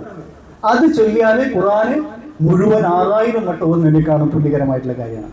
നമ്മുടെ നാട്ടിൽ ഇപ്പോ ചൂഷണത്തിന് നേതൃത്വം കൊടുക്കുന്ന ആറ്റക്കോയത്തങ്ങൾ എന്നുള്ള ആളുണ്ടല്ലോ, അയാൾക്കും വരദാനായിട്ട് കിട്ടിയത് എന്ത് തന്നെയാണ്, ഈ സലാത്തുൽ ഫാത്തിഹ തന്നെയാണ്. അതുപോലെ തന്നെ വേറൊരു സംഗതിയാണ് ജൗഹറത്തുൽ കമാൽ എന്ന് പറയുന്ന ഒരു സാധനം. മാത്രമല്ല ഇവർ പിന്നീട് ഇയാളോട് ഷെയ്ഖ് പറയുന്നത്, ഖുർആൻ എന്ന് പറയുന്ന ഈ പദങ്ങളോ ഈ ഖുർആന്റെ നേരിട്ടുള്ള ആശയങ്ങളോ ഇതൊന്നുമല്ല ദീൻ എന്ന് പറയുന്നത്. ഇതൊക്കെ സാധാരണക്കാർക്ക്, വിവരം കെട്ട ആളുകൾക്ക്, പാമരമായ ആളുകൾക്ക് ഓതാനും പഠിക്കാനുള്ള സംഗതികളാണ്. മറിച്ച് അസ്റാറുൽ ഖുർആൻ, ഇവർ മുൻകാൽ പറയുന്ന കാര്യമാണ്. സിർറ്, രഹസ്യങ്ങൾ, അസ്റാറുകൾ, അങ്ങനെയാണ് പറയാ. ഇവരൊരു ഷെയ്ഖ് വേറെ ഷെയ്ഖിനോട് ചോദിക്കുക എന്താ ഇതിന്റെ സിർറ് എന്ന് ചോദിക്കുക, എന്താ ഇതിന്റെ രഹസ്യങ്ങൾ എന്ന് ചോദിക്കാം. ഇങ്ങനെയുള്ള ഒരു രഹസ്യത്തിന്റെ കലവറയാണെന്നുള്ളത്, നിഗൂഢമായിട്ടുള്ള ഒരു ലോകമാണ് ഈ തരീഖത്തുകൾ എന്ന് പറയുന്നത്. അങ്ങനെ മാത്രമല്ല ഇയാളോട് ഷെയ്ഖ് പറയുന്നത് എന്താണ്, ഖുർആനെ തിരിച്ചു ഓതാൻ വേണ്ടി പഠിപ്പിക്കാനാണ്. തിരിച്ചെങ്ങനെ ഓതാ, ബിസ്മില്ലാഹിർ റഹ്മാനിർ റഹീം എന്ന് ഓതുന്നത് ആദ്യം റഹീം, റഹ്മാൻ, അല്ലാഹ്, ബിസ്മില്ല അല്ലെങ്കിൽ ബിസ്മി, ഇങ്ങനെ വാക്കുകൾ നേരെ തല തിരിച്ചു ഓതാൻ വേണ്ടി പറയാം. ഇതൊക്കെ എന്ന് പറയുന്നത് പൈശാചിക എന്താണ് മാർഗമാണ് അല്ലെ, ശൈത്താനെ പ്രീതിപ്പെടുത്തുന്ന കാര്യമാണ്. ഖുർആൻ അവഹേളിക്കുന്ന രീതിയാണ്. പിന്നീട് അക്ഷരങ്ങൾ തന്നെ എന്ത് ചെയ്തു, തല തിരിച്ചോതാൻ തുടങ്ങി. ആദ്യം പിന്നെ ഇപ്പൊ ബിസ്മില്ലാഹിർ റഹ്മാനിർ റഹീം എന്നാണെങ്കിൽ മീം ആദ്യം പറയും, പിന്നെ ഇങ്ങനെ തുടങ്ങി അവസാനം എഴുത്തുന്നത് എന്താണ്, ബാ ആണ്. ഇങ്ങനെ നേരെ തലതിരിച്ച് ഓരോ അക്ഷരങ്ങൾ തലതിരിച്ച് പറയാൻ തുടങ്ങി. മാത്രമല്ല ഈ ഓരോ ആയത്തുകളുടെ ഇടയിലും ശൈത്താന്മാരുടെ പേരുകൾ തിരികെ കയറ്റി അത് എന്താണ് വിളിപ്പിച്ച് എന്ത് ചെയ്തു, പഠിപ്പിച്ചു തുടങ്ങി. അപ്പൊ ബിസ്മില്ലാഹി ഷഹ്സഹോബി, ഇങ്ങനെയൊക്കെ ശൈത്താന്മാരുടെ പേരുകൾ തിരികെ കയറ്റാൻ തുടങ്ങി. ഇതൊക്കെ എന്ത് ചെയ്യണം, ഇവര് ചെയ്യണമെന്നുള്ളതാണ്. ഇതൊക്കെയാണ് ഖവാസുകളുടെ, പ്രത്യേകരായിട്ടുള്ള ആളുകളുടെ, തരീഖത്തിന്റെ ആളുകളുടെ രീതി എന്നുള്ളതാണ്. ഇതാണ് ഖിദ്ർ അലൈഹിസ്സലാമിന്റെ ലൈൻ, ഇങ്ങനെയാണ്. മൂസ അലൈഹിസ്സലാത്തു വസ്സലാമിന്റെ ലൈനാണ് ഈ ഖുർആനും സുന്നത്തും മറ്റു കാര്യങ്ങളും ഫിഖ്ഹും കാര്യങ്ങളൊക്കെ എന്നുള്ളതാണ് ഇങ്ങനെ പഠിപ്പിക്കുന്നത്. ഖിദ്ർ അലൈഹിസ്സലാത്തു വസ്സലാം എന്താണ് ചെയ്തത്, അതൊരു കുട്ടിയെ കൊന്നില്ലേ, കുട്ടിയെ കൊന്നു. ഇങ്ങനെ കൊല്ലുക, വ്യഭിചരിക്കുക എന്നു പറയുന്നത് ഒരു പ്രശ്നമുള്ള കാര്യമല്ല. ആരെ സംബന്ധിച്ച്, ഈ ഹവാസുകളായ ആളുകൾക്ക് ഒരു പ്രശ്നമില്ല എന്നുള്ളതാണ് പറയുന്നത്, ഇയാളെ പഠിപ്പിക്കാനല്ലേ. മാത്രമല്ല ആകാശത്തിൽ നോക്കിയിട്ട് ഈ എന്തൊക്കെ നീ ചെയ്യുമെന്നുള്ളത്, വ്യഭിചരിക്കുന്നതാകട്ടെ, കക്കുന്നതാകട്ടെ, മറ്റ് എന്ത് തോന്നിവാസങ്ങൾ ചെയ്യുന്നതോ ആകാശത്ത് നോക്കിയിട്ട് വായിക്കാൻ പറ്റും. കാരണം ഇത് ലൗഹൽ മഹ്ഫൂദിൽ എഴുതി വെച്ചതാണ് നീ വായിക്കുന്നത്. അത് അങ്ങനെ തന്നെ അത് പ്രവർത്തിക്കുക എന്നുള്ളത് എന്താണ്? അള്ളാഹ്ക്ക് ഏറ്റവും പ്രിയങ്കരമായിട്ടുള്ള കാര്യമാണ്. അള്ളാഹ് എഴുതി വെച്ച കാര്യം നമ്മൾ നടപ്പാക്കി കൊടുക്കുന്ന കാര്യമാണെന്നുള്ളതാണ്. സാധാരണക്കാരെ സംബന്ധിച്ചിടത്തോളം അത് കുറ്റമാണ്. ഖവാസുകളായിട്ടുള്ള പ്രത്യേകരായിട്ടുള്ള ഈ ഔലിയാക്കളെ സംബന്ധിച്ചിടത്തോളം അതൊരു പ്രശ്നമില്ല എന്നുള്ളതാണ് പഠിപ്പിക്കുന്നത്. അങ്ങനെ ഇയാൾ ഈ രീതിയിലൊക്കെ ചെയ്യാൻ തുടങ്ങി, മാസ്യത്തുകൾ ചെയ്യാൻ തുടങ്ങി, ഖുർആനിനെ വികലമാക്കി വായിക്കാൻ തുടങ്ങി. ശൈത്താൻ അങ്ങേയറ്റം പ്രിയങ്കരമായ രീതിയിൽ, ശൈത്താനെ പ്രീതിപ്പെടുത്തുന്ന രീതിയിൽ ഖുർആൻ വായിക്കാൻ തുടങ്ങി. അങ്ങനെയാണ് ഷെയ്ഖ് ഇയാളോട് പറയുന്നത്, ഇനി എന്താണ് ചെയ്യേണ്ടത്? ഇനി ഒരു അടുത്തൊരു ഘട്ടത്തിലേക്ക് കടക്കുന്നതിന് മുമ്പായിട്ട് ഒരു ഖൽവത്തുണ്ട്, ഒറ്റയ്ക്ക് ഒരു സ്ഥലത്ത് പോയി താമസിക്കണം, എന്നിട്ട് അവിടെ കഠിനമായിട്ടുള്ള റിയാദയിൽ ഏർപ്പെടണം എന്നുള്ളത് ഷെയ്ഖ് ഇയാളോട് പറയണം. അങ്ങനെ ഇയാള് ആ ഖൽവത്തിന് ഒരുങ്ങി. ഖൽവത്തിന് മുമ്പായിട്ട് ഷെയ്ഖ് പറയുന്ന കാര്യം 41 ദിവസത്തെ ഖൽവയാണ്. ഒരു സ്ഥലത്ത് നിസ്കാരമില്ലാതെ, അതുപോലെ തന്നെ മറ്റൊരു ഇബാദത്തും ഇല്ലാതെ, ഖുർആൻ പാരായണമില്ലാതെ, ദിക്റില്ലാതെ, ദുആ ഇല്ലാതെ എന്ത് ചെയ്യണം? ഒരു സ്ഥലത്ത് പോയിട്ട് എന്ത് ചെയ്യണം? ഖൽവത്തിലിരിക്കണം. ഒരു ഗുഹ പോലുള്ള സ്ഥലത്ത് പോയിട്ട് ഖൽവത്തിലിരിക്കണം എന്ന് പറയണം. എന്നിട്ട് ഭക്ഷണം ഒന്നും കഴിക്കാൻ പാടില്ല. വെള്ളം, കുറച്ച് വെള്ളം, 41 ദിവസത്തേക്കുള്ള കുറച്ച് വെള്ളം അവിടെ കൊണ്ടുവച്ചിട്ടുണ്ട്. അത് 41 ദിവസത്തേക്ക് തികയാത്ത വെള്ളമാണ്. മാത്രമല്ല 129 ഈത്തപ്പഴം, ഓരോ ദിവസവും 3 ഈത്തപ്പഴം മാത്രം കഴിക്കാം. ഇങ്ങനെയാണ് എന്ത് ചെയ്യുന്നത്? ഹൽവ തുടങ്ങുന്നത്. മാത്രമല്ല പുറത്തേക്ക് ഇറങ്ങിക്കഴിഞ്ഞാൽ, ഈ ഹൽവത്തിൽ കേറിയിട്ട് പിന്നെ പുറത്തേക്ക് ഇറങ്ങിക്കഴിഞ്ഞാൽ എന്തെങ്കിലും ഭ്രാന്തായി പോകുന്നില്ല പറയുന്നത്. അങ്ങനെ മാത്രമല്ല പിന്നീട് പറയുന്ന ഒരു കാര്യം എന്താണ്? ഇനി ഒരുപാട് അത്ഭുതങ്ങൾ നീ കാണും, ഭീകരമായിട്ടുള്ള ഭയാനകരമായിട്ടുള്ള സംഗതികളൊക്കെ നീ കാണും. അപ്പൊ അതൊന്നും കണ്ടു കഴിഞ്ഞാൽ നീ എന്ത് ചെയ്ത് പേടിക്കരുത് എന്നുള്ളതൊക്കെ എന്ത് ചെയ്തു? ഷെയ്ഖ് പഠിപ്പിച്ചു കൊടുക്കുകയാണ് ചെയ്യുന്നത്. അങ്ങനെ ഇയാൾ ഈ ഹൽവത്തിൽ കയറാണ്. ഈ ഹൽവത്തിൽ ചെയ്യാനുള്ള കാര്യം എന്താണ്? കയറുന്നതിന് മുമ്പ് തുണി മൊത്തം അഴിച്ചിട്ട് പൂർണ്ണ നഗ്നനായിട്ടിരിക്കണം. എന്നിട്ട് തുണി പുറത്തേക്ക് എന്ത് ചെയ്യുന്നത്? എറിഞ്ഞു കൊടുക്കണം. എന്നിട്ട് 41 ദിവസം ഇദ്ദേഹം നിസ്കരിക്കുന്നത് എങ്ങനെയാണ്? നഗ്നനായിട്ട് നിസ്കരിക്കണം. നഗ്നനായിട്ട് നിസ്കരിക്കുക ഇസ്ലാമിൽ എന്താണ്? ഹറാമായിട്ടുള്ള കാര്യമാണ് അല്ലേ? ഇസ്ലാം നിസ്കാരത്തിന്റെ റുക്കിനെ തന്നെ നഷ്ടപ്പെട്ടു. അത് ശൈത്താന് ഇഷ്ടപ്പെടുന്ന ഒരു സംഗതിയാണ്. പിന്നെ മാത്രമല്ല ഒന്നാമത്തെ റക്അത്തില് കാഫിറൂനും, രണ്ടാമത്തെ റക്അത്തില് ഇഖ്ലാസ് മോദൻ എങ്ങനെ? തല തിരിച്ച് എന്താണ് നേരത്തെ പറഞ്ഞ പോലെ അക്ഷരങ്ങൾ എന്ത് ചെയ്ത് തല തിരിച്ച് ഇങ്ങനെ ഓതണമെന്ന് നിർദ്ദേശം കൊടുക്കുകയാണ് ചെയ്യുന്നത്. അങ്ങനെ 41 ദിവസം ഈ തരത്തിൽ എന്ത് ചെയ്യാണ്? ഇദ്ദേഹം കഴിച്ചു കൂട്ടുകയാണ്. ഷെയ്ഖ് ഇയാളോട് പറഞ്ഞിട്ടുണ്ട്, 41ാമത്തെ ദിവസത്തിൽ എന്ത് ചെയ്യും? റൂഹാനി വരും. റൂഹാനിനെ പറയുള്ളൂ, അല്ലാതെ ഷെയ്ത്താൻ വരുന്നത് പറയില്ല. കാരണം എന്താണ്? തെൽബീസാണ്. ഈ ഷെയ്ത്താനും അതുപോലെ തന്നെ സിഹ്റിനും ഇങ്ങനെ തുടങ്ങി ഏതൊക്കെ A to Z കാര്യങ്ങൾക്ക് ഇവർ പറയുന്ന പേരുകൾ എന്ന് പറയുന്നത് എന്താണ്? അറബി പേരുകൾ ഇട്ട് കൊടുക്കും, ഇസ്ലാമിക പേരുകൾ ഇട്ട് കൊടുക്കുകയാണ് ചെയ്യാം. ഈ റൂഹാനി എന്ന് പറഞ്ഞു കഴിഞ്ഞാൽ ഒരു മലക്കാണെന്നാണ് പഠിപ്പിക്കുന്നത്. അങ്ങനെ പല കോലത്തിൽ വരുമെന്നാണ് പറയുന്നത്. അങ്ങനെ 41ാമത്തെ ദിവസത്തിൽ ഇദ്ദേഹം പറയാണ്, ആദ്യമായിട്ട് ഒരു കരിങ്കണ്ണി വന്നു.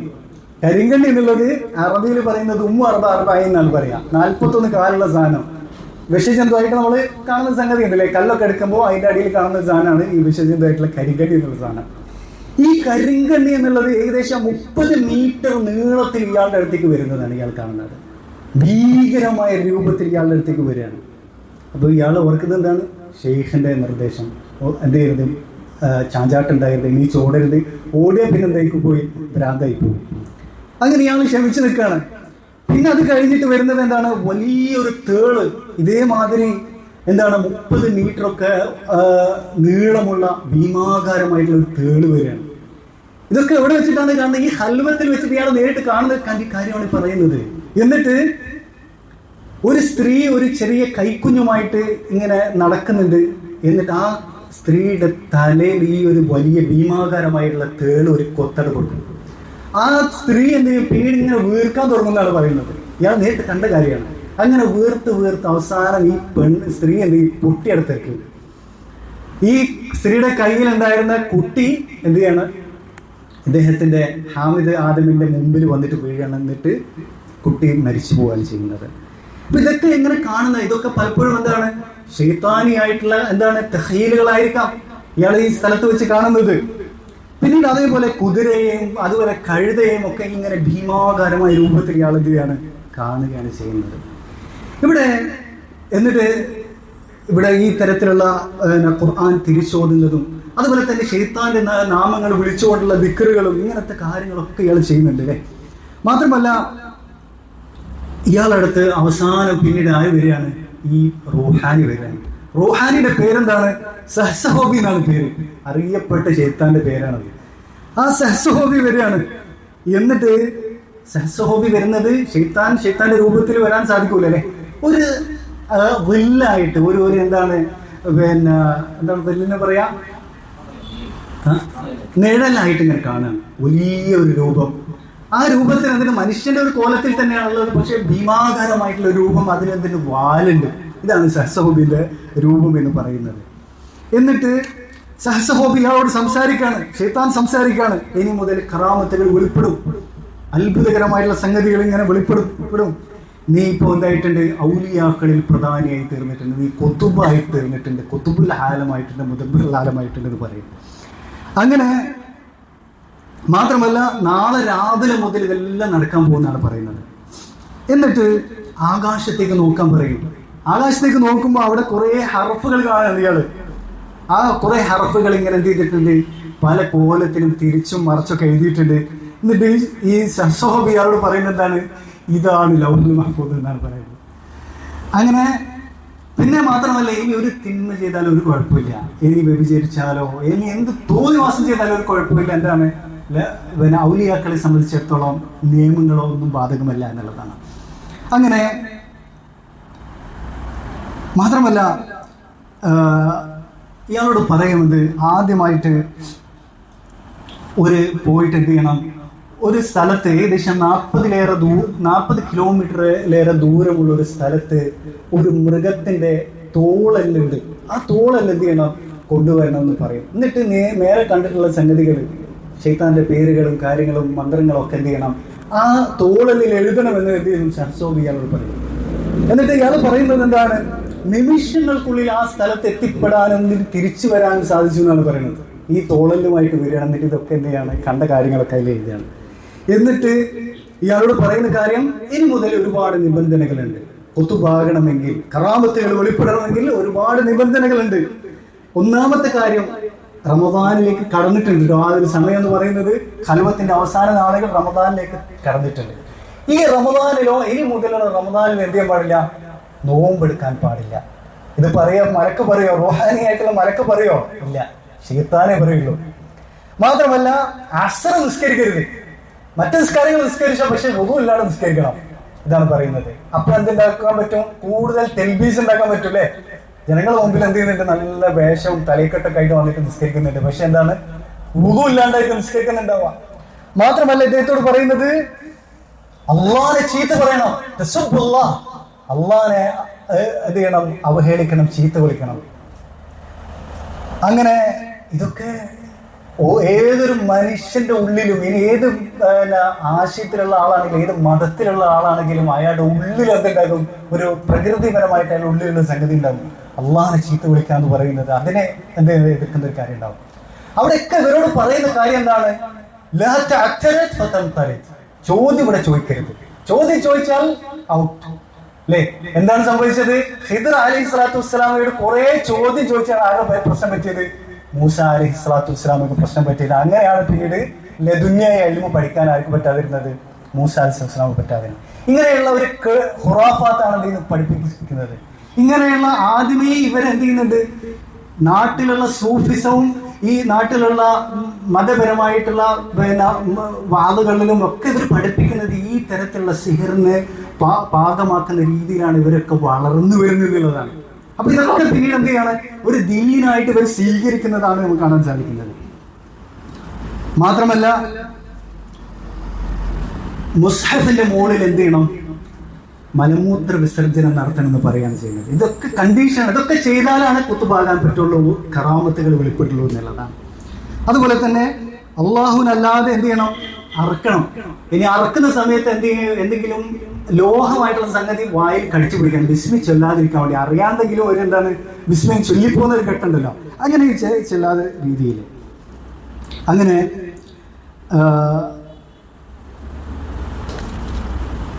ഈ രീതിയിൽ ഇദ്ദേഹത്തോട് ഒരുപാട് ഈ നിബന്ധനകളൊക്കെ ഇദ്ദേഹത്തിന് മുമ്പിൽ കൊടുക്കും. ഇതൊക്കെ അനുസരിക്കുകയാണെങ്കിൽ വലിയാകാം, കറാമത്തുകൾ വെളിപ്പെടും എന്നുള്ളതാണ് പറയുന്നത്. അപ്പോൾ ഇദ്ദേഹം ഈ രീതിയിൽ എന്താണ് ഈ പാകപ്പെടുത്തലൊക്കെ വന്നിട്ടുള്ള ഒരു വ്യക്തി ആയതുകൊണ്ട് അദ്ദേഹം സ്വാഭാവികമായിട്ട് ഇതൊക്കെ ഒരു ദീനാണ് എന്നുള്ള രീതിയിൽ അംഗീകരിക്കുകയാണ് ചെയ്യുന്നത്. കാരണം എന്താണ്, ഖിദർ അലൈഹി സ്വലാത്തു വസ്സലാം എന്ത് കുട്ടിയെ കൊന്നിട്ടുണ്ട്. അപ്പോൾ കുട്ടിയെ കൊല്ലുന്ന ഒരു തിന്മയായിട്ടുള്ള കാര്യമല്ലേ. ആ ഔലിയാക്കളെ സംബന്ധിച്ചിടത്തോളം ഇതുപോലുള്ള കാര്യങ്ങളൊക്കെ ചെയ്യാം. ഉദുല്ലാണ്ട് നിസ്കരിക്കാം, ബാത്റൂമിൽ പോയിട്ട് പിന്നെ കഴുകാണ്ട് എന്ത് ചെയ്യാം, വന്ന് നിസ്കരിക്കാൻ, ഇങ്ങനത്തെ കാര്യങ്ങൾ ചെയ്യാമെന്നുള്ളത് അവരതിലേക്ക് ആയിത്തീരാണ് ചെയ്യുന്നത്. ഇതാണ് തൽബീസ് എന്ന് പറയുന്നത്. അല്ലാഹു സുബ്ഹാനഹു വ തആല ജൂതന്മാരെ കുറിച്ചും ക്രിസ്ത്യാനികളെ കുറിച്ചും പറഞ്ഞിട്ടുള്ള കാര്യം ഇതാണ്. ഈ ഒരു തൽബീസിനെ കുറിച്ചാണ് പറഞ്ഞിട്ടുള്ളത്. അങ്ങനെ ഇദ്ദേഹം പിന്നീട് എന്താണ്, ഇദ്ദേഹത്തെ പിറ്റേന്ന് ഇദ്ദേഹം ഖൽവത്തിൽ നിന്ന് പുറത്തിറങ്ങുന്നതാണ്. എങ്ങനെ വലിയായിട്ട് കുത്തുബായിട്ട് 4 അഖ്താബുകളാണ് ഒരു സമയത്ത് എന്തുണ്ടാവും ലോകത്തുണ്ടാവും, അതിൽ ഒരു കുത്തുബായിട്ടാണ് അദ്ദേഹം വരുന്നത് എന്നുള്ളതാണ്.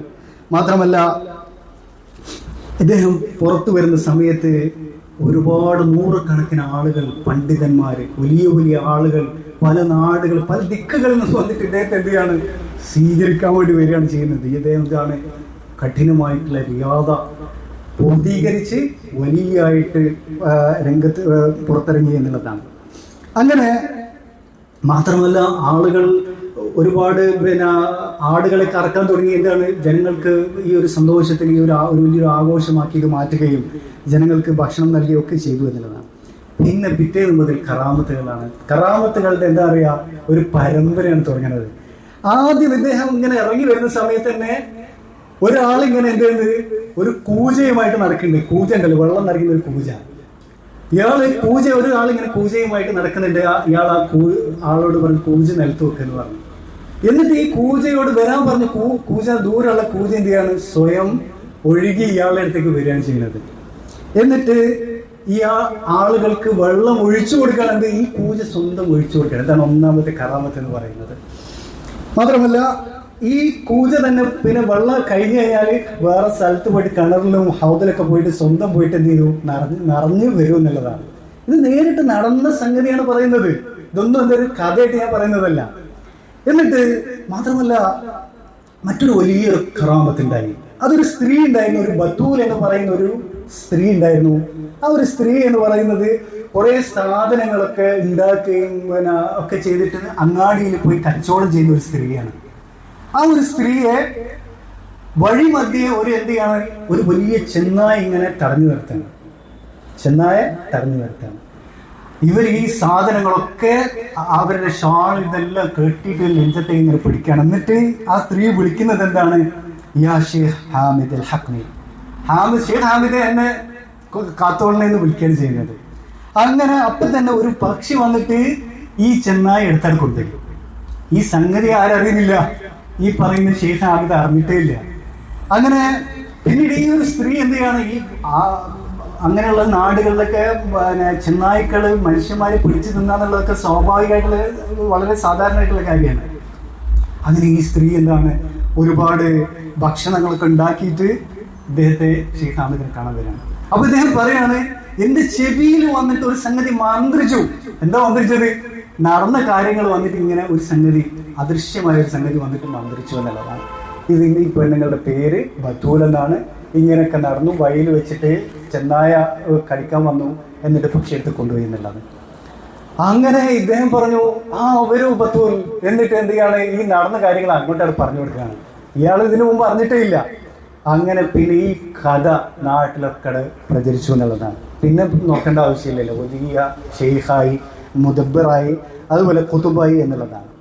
അപ്പൊ ഈ ഒരു സംഗതി എന്ന് പറയുന്നത്, ഈ ഒരു കഥ ഇദ്ദേഹം പറഞ്ഞിട്ടുള്ളത്, ലോകത്തോട് വെളിപ്പെടുത്തിയിട്ടുള്ളത് എന്താണ്, വർഷങ്ങൾക്ക് മുമ്പ് അദ്ദേഹം വെളിപ്പെടുത്തിയിട്ടുള്ള കാര്യമാണ്.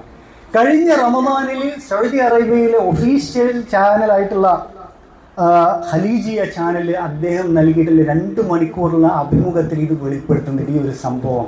അതാണ് ഞാൻ എന്ത് ചെയ്തിട്ടുള്ളത്, വളരെ ചുരുക്കി നിങ്ങളോട് പറഞ്ഞിട്ടുള്ളത്. എന്നിട്ട് അവസാനം എങ്ങനെയാണ് ഇദ്ദേഹം ഈ സിഹറിൽ നിന്ന്, ഈ ലോകത്തിൽ ഇത് സിഹറാണെന്നോ, ഇത് പിന്നെ ജ്യോത്സ്യമാണെന്നോ, ഇതൊക്കെ ബലാലത്തും കുഫ്രിയത്തുമാണെന്നോ അദ്ദേഹത്തിന് അറിഞ്ഞിട്ടുണ്ടായിരുന്നില്ല. കാരണം ഇതൊക്കെ പഠിച്ചു വന്നത് ഈ ഒരു രീതിയിലാണ്. ഇതൊക്കെ എന്താണ് ദീനാണെന്നുള്ള രീതിയിൽ ഇങ്ങനെ ബിൽഡ് ചെയ്യപ്പെട്ട് വന്നതാണ്. അവസാനം ഇദ്ദേഹം നിൽക്കുന്നത് എവിടെയാണ്? നൈജീരിയയുടെയും നൈജറിന്റെ ഇടയിലുള്ള സ്ഥലത്താണല്ലേ. അവിടെ ഒരു സുഡാനുകാരൻ, കച്ചവടക്കാരൻ, അദ്ദേഹം അവിടെ വരുന്ന സമയത്ത് ഇദ്ദേഹത്തിന് പിന്നീട് എന്തായി, ആ നാട്ടിലെ വലിയാണ്, ആയിരങ്ങൾ ഇങ്ങനെ എന്താണ് കാത്തു നിൽക്കുന്ന, അവർ വന്നിട്ട് പരാതികൾ പറയുകയും വിഷമങ്ങളും ഒക്കെ പറയുന്ന ആണ്. പണ്ഡിതന്മാര് ഒരുപാട് പഠിച്ച് 10 കണക്കിന് വർഷങ്ങൾ പഠിച്ച് പഠിച്ച പണ്ഡിതന്മാരൊക്കെ ഇയാളുടെ അടുത്ത് വന്നിട്ട് എന്ത് ചെയ്യണം, ചനിച്ചിങ്ങനെ ഇരിക്കുന്നതാണ്. ഇയാളാണെങ്കിൽ ഇതൊന്നും പഠിച്ചിട്ടില്ല. അങ്ങനെ ഈ സുഡാനി, കച്ചവടക്കാരായ സുഡാനി ഈ സ്ഥലത്ത് വന്ന സമയത്ത് ആ നാട്ടുകാർ പറഞ്ഞു, ഇവിടെ ഒരു വലിയൊരു വലിവുണ്ട്, നിങ്ങളെ നാട്ടുകാരനാണ്, സുഡാനിയാണെന്ന് പറഞ്ഞു. അപ്പൊ ഇദ്ദേഹം എന്ത് ചെയ്യാണ്, ഈ കച്ചവടക്കാരൻ ഇദ്ദേഹത്തിന്റെ അടുത്ത് വരികയാണ്. ഇദ്ദേഹത്തിന്റെ അടുത്ത് വരുന്നതിന് ഒരുപാട് ഷർത്തുകളുണ്ട് കേട്ടോ. അതെങ്ങനെയാണ്? ഇദ്ദേഹത്തിന്റെ ആ ഒരു സ്ഥലത്ത് വന്നു കഴിഞ്ഞാൽ ആ ഒരു ചുറ്റും അതിന്റെ ഉള്ളിലേക്ക് കയറുന്നതിന് മുമ്പ് ചെരുപ്പ് അഴിച്ചിടണം. എന്നിട്ട് മുട്ടിലഴിഞ്ഞിട്ടായിരിക്കണം എന്ത് ചെയ്യേണ്ടത്, ഇദ്ദേഹത്തിന്റെ അടുത്തേക്ക് പോകേണ്ടത്. കാരണം വലിയ ഷെയ്ഖാണ്, വരികയാണ്. പക്ഷെ ഈ കച്ചവടക്കാരൻ എന്ത് ചെയ്തിട്ടില്ല, ഇതൊന്നും ചെയ്ത് നേരെ കയറി പോയി. എന്നിട്ട് ഇദ്ദേഹത്തോട് നേരിട്ട് സംസാരിച്ചു, ശക്തമായ സംസാരിച്ചു. ആദ്യം പരിചയപ്പെടുത്തി, അങ്ങോട്ടും ഇങ്ങോട്ടും പരിചയപ്പെട്ടു. ആളുകൾ അന്തം വിട്ടുപോയി. ഒരുപാട് അനുയായികളും മുരീദുകളുടെയും ഒരു എന്താണ് വലയത്തിലാണ് ഇയാൾ ഇരിക്കുന്നത്. ഒരു സിംഹാസനത്തിൽ ഇരിക്കുന്ന രൂപത്തിലാണ് ആരിയ്ക്കുന്നത്, ഈ ഷെയ്ഖ് ഹാമിദ് ആദ്യം ഇരിക്കുന്നത്. അപ്പോഴാണ് ഈ സുഡാനി എന്ത് ചെയ്യുന്നത്, നേരെ വന്നിട്ട് കാര്യമാണ് പറയുന്നത്. എന്നിട്ട് പറഞ്ഞു, ഇദ്ദേഹം പറഞ്ഞു, നിങ്ങൾ ചെയ്യുന്നത് മുഴുവൻ സിഹറാണ് എന്നാണ് പറഞ്ഞത്. ഇത് ശൈത്താൻ ആരാധിക്കാണ് നിങ്ങൾ ചെയ്യുന്നത്, പൈശാചിക സേവയാണ് നിങ്ങൾ മുഴുവനായി ചെയ്തുകൊണ്ടിരിക്കുന്നത് എന്നുള്ളത് എന്ത് ചെയ്തു, ഇദ്ദേഹം അവിടെ പറഞ്ഞു. എന്നിട്ട് ഇദ്ദേഹം ചോദിച്ചു, എന്തായിരുന്നു തെളിവ്? ഇതൊക്കെ അദ്ദേഹം ആദ്യം കേൾക്കാൻ അന്തം വിട്ടുപോയി. ഇദ്ദേഹം പറഞ്ഞു, നിങ്ങളുടെ റൂഹാനെ നിങ്ങൾ വിളിക്കുക, സഹ്സോബി വിളിക്കുന്നു പറഞ്ഞു. ഇദ്ദേഹം പറഞ്ഞു, ഞാൻ ആയത്തിൽ കുറിച്ച് ഓതും, നിങ്ങൾ വിളിക്കുന്നു പറഞ്ഞു. സഹ്സോബിന്റെ ഈ ഏരിയയിൽ വരുന്നില്ല.